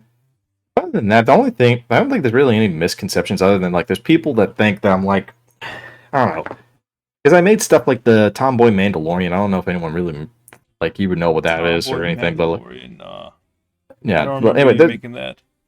oh yeah, that was the guy that was. But anyway, but there's people that think that like I don't know, that like even on the 4chan was weird to me. Was that I was like some sort of like big anti-SJW or culture war guy and stuff like that, and I don't like doing that stuff. I mean, like I don't like the culture war or anything like that, but I don't know, I think I don't know. There's really like the big thing is just, I like making art. I do like making big ladies, but I just at the end of the day, I just like making art. Yeah, you do what you do. I remember Yeah. speaking of 4chan, just like I remember back like when I was first like starting my comic off, people were doing story times on 4chan for it, and I'm like, don't do that. There's not enough Oh comic yeah. out there yet. It's still updating. Wait at least until like the first two chapters are done before you do the story time. Oh yeah. I think my favorite thing was like 4chan apparently thought that I purposefully that apparently I pitched the Maximum Spider-Man comic on 4chan, which I never have gone onto 4chan like actually used it. I only found about like those threads by chance. And I've never used the site, and they apparently thought that I posted on there before, and I was defending myself in the thread because apparently someone was defending me in that they thought it was me. That's funny. But I didn't know about that thread until like about like a few days after it was made and closed because of all the people that were just off topic for some reason. No, same thing. Like all my friends are like, "Hey, your thing's on 4chan," and I'm like, "Why? Why is it on Oh, 4chan?" And like, what happened? Oh, it's just a story time. People just want to share. I mean, like, cool, thanks, I appreciate that. But I'm just like, no, yeah, I read do the worry. You webcomic. know what I mean? It's free on the webcomic. You don't need to go to 4chan. Oh, yeah, but I do. But like, it's just one of those things because it's like, I don't know. I don't know. It's like it's just weird because like an anonymous board finds you and shits on you. It's one thing because like they like it kind of hurts in a weird way. I don't know why, but it also makes you realize you gotta focus on giving yourself strength. Not strength, but like you gotta take the criticism and figure out which one. Like take the note, figure out which works, figure out which one's actually constructive, which one isn't, Yeah. and such. That was more my advice from the situation. But I've seen those board threads on a couple times. And it just surprised me that apparently I was found out. I was compared to Merryweather, that I was just making like random Persona girls. Because like in 2021, I was making more like waifu-esque designs, but not a whole lot. But that was all that was getting popular. So it's hard not. So to be honest, I can't blame them for thinking that was all I did. Especially since I was just kind of like doing sketches, and all they thought my art was just that shit squiggly, messy lines and stuff. I feel bad because the stuff that gets popular is not always the stuff that you're more passionate about. You know? Yeah. Yeah. That's man. I wish people would read my webcomic the same way they read my shitpost comics. Oh no, yeah, everybody does. It's just one of those things. But yeah. Next up in the next section, Unbreakable Iron Ranger / Crips and Cowboys questions is a lot of these I feel like we answered, but I'll go to the last one. Have you had any ideas for Unbreakable Iron Ranger, Crips and Cowboys games since putting it on pause? Oh, you had a game? So this is part of me being biting off more than I could chew. In 2021, ArcForge came forth to me because I was talking about, I want to make a fighting game off of my characters and stuff. ArcForge and I started talking about that, and I did something really stupid. I was wanting to try to get a Indiegogo started for that, so I can get money to support stuff. I can give them money for them, and it didn't work out well because I was stupid. I was trying to rush it while they were doing their campaign for head to head. And a lot of people ended up thinking that it was a scam. It wasn't a scam. And I felt bad because like I was rushing too hard. We don't have any, there's no bad feelings from what I could tell. But I feel really bad because I was trying to get money fund raised and I ended up hurting them a little bit. They're doing a lot better now. Honestly, they're doing a lot better now. But that was like me biting up way more than I could chew. Yeah, I was trying to do a good thing, but I was rushing into it. I should have waited. I really should have waited. Yeah, games take a while to make, is what I'll say, and it takes a lot of collaborative efforts too. Mm-hmm. You gotta set aside time just for that, is what I'll say. And I mean, I'd love to make a game, but it just now's not the time for me to make games. Oh yeah, I feel like it's the same thing for you. Yeah. I want to do it again at some point, but honestly, I don't have the money or the time right now, so it's on hold. Yeah. Okay. So the Unbreakable Iron Ranger game is on hold until things can work out in a way that's realistic. All right. Manga, comics, anime, and cartoons, TV, film, etc. section.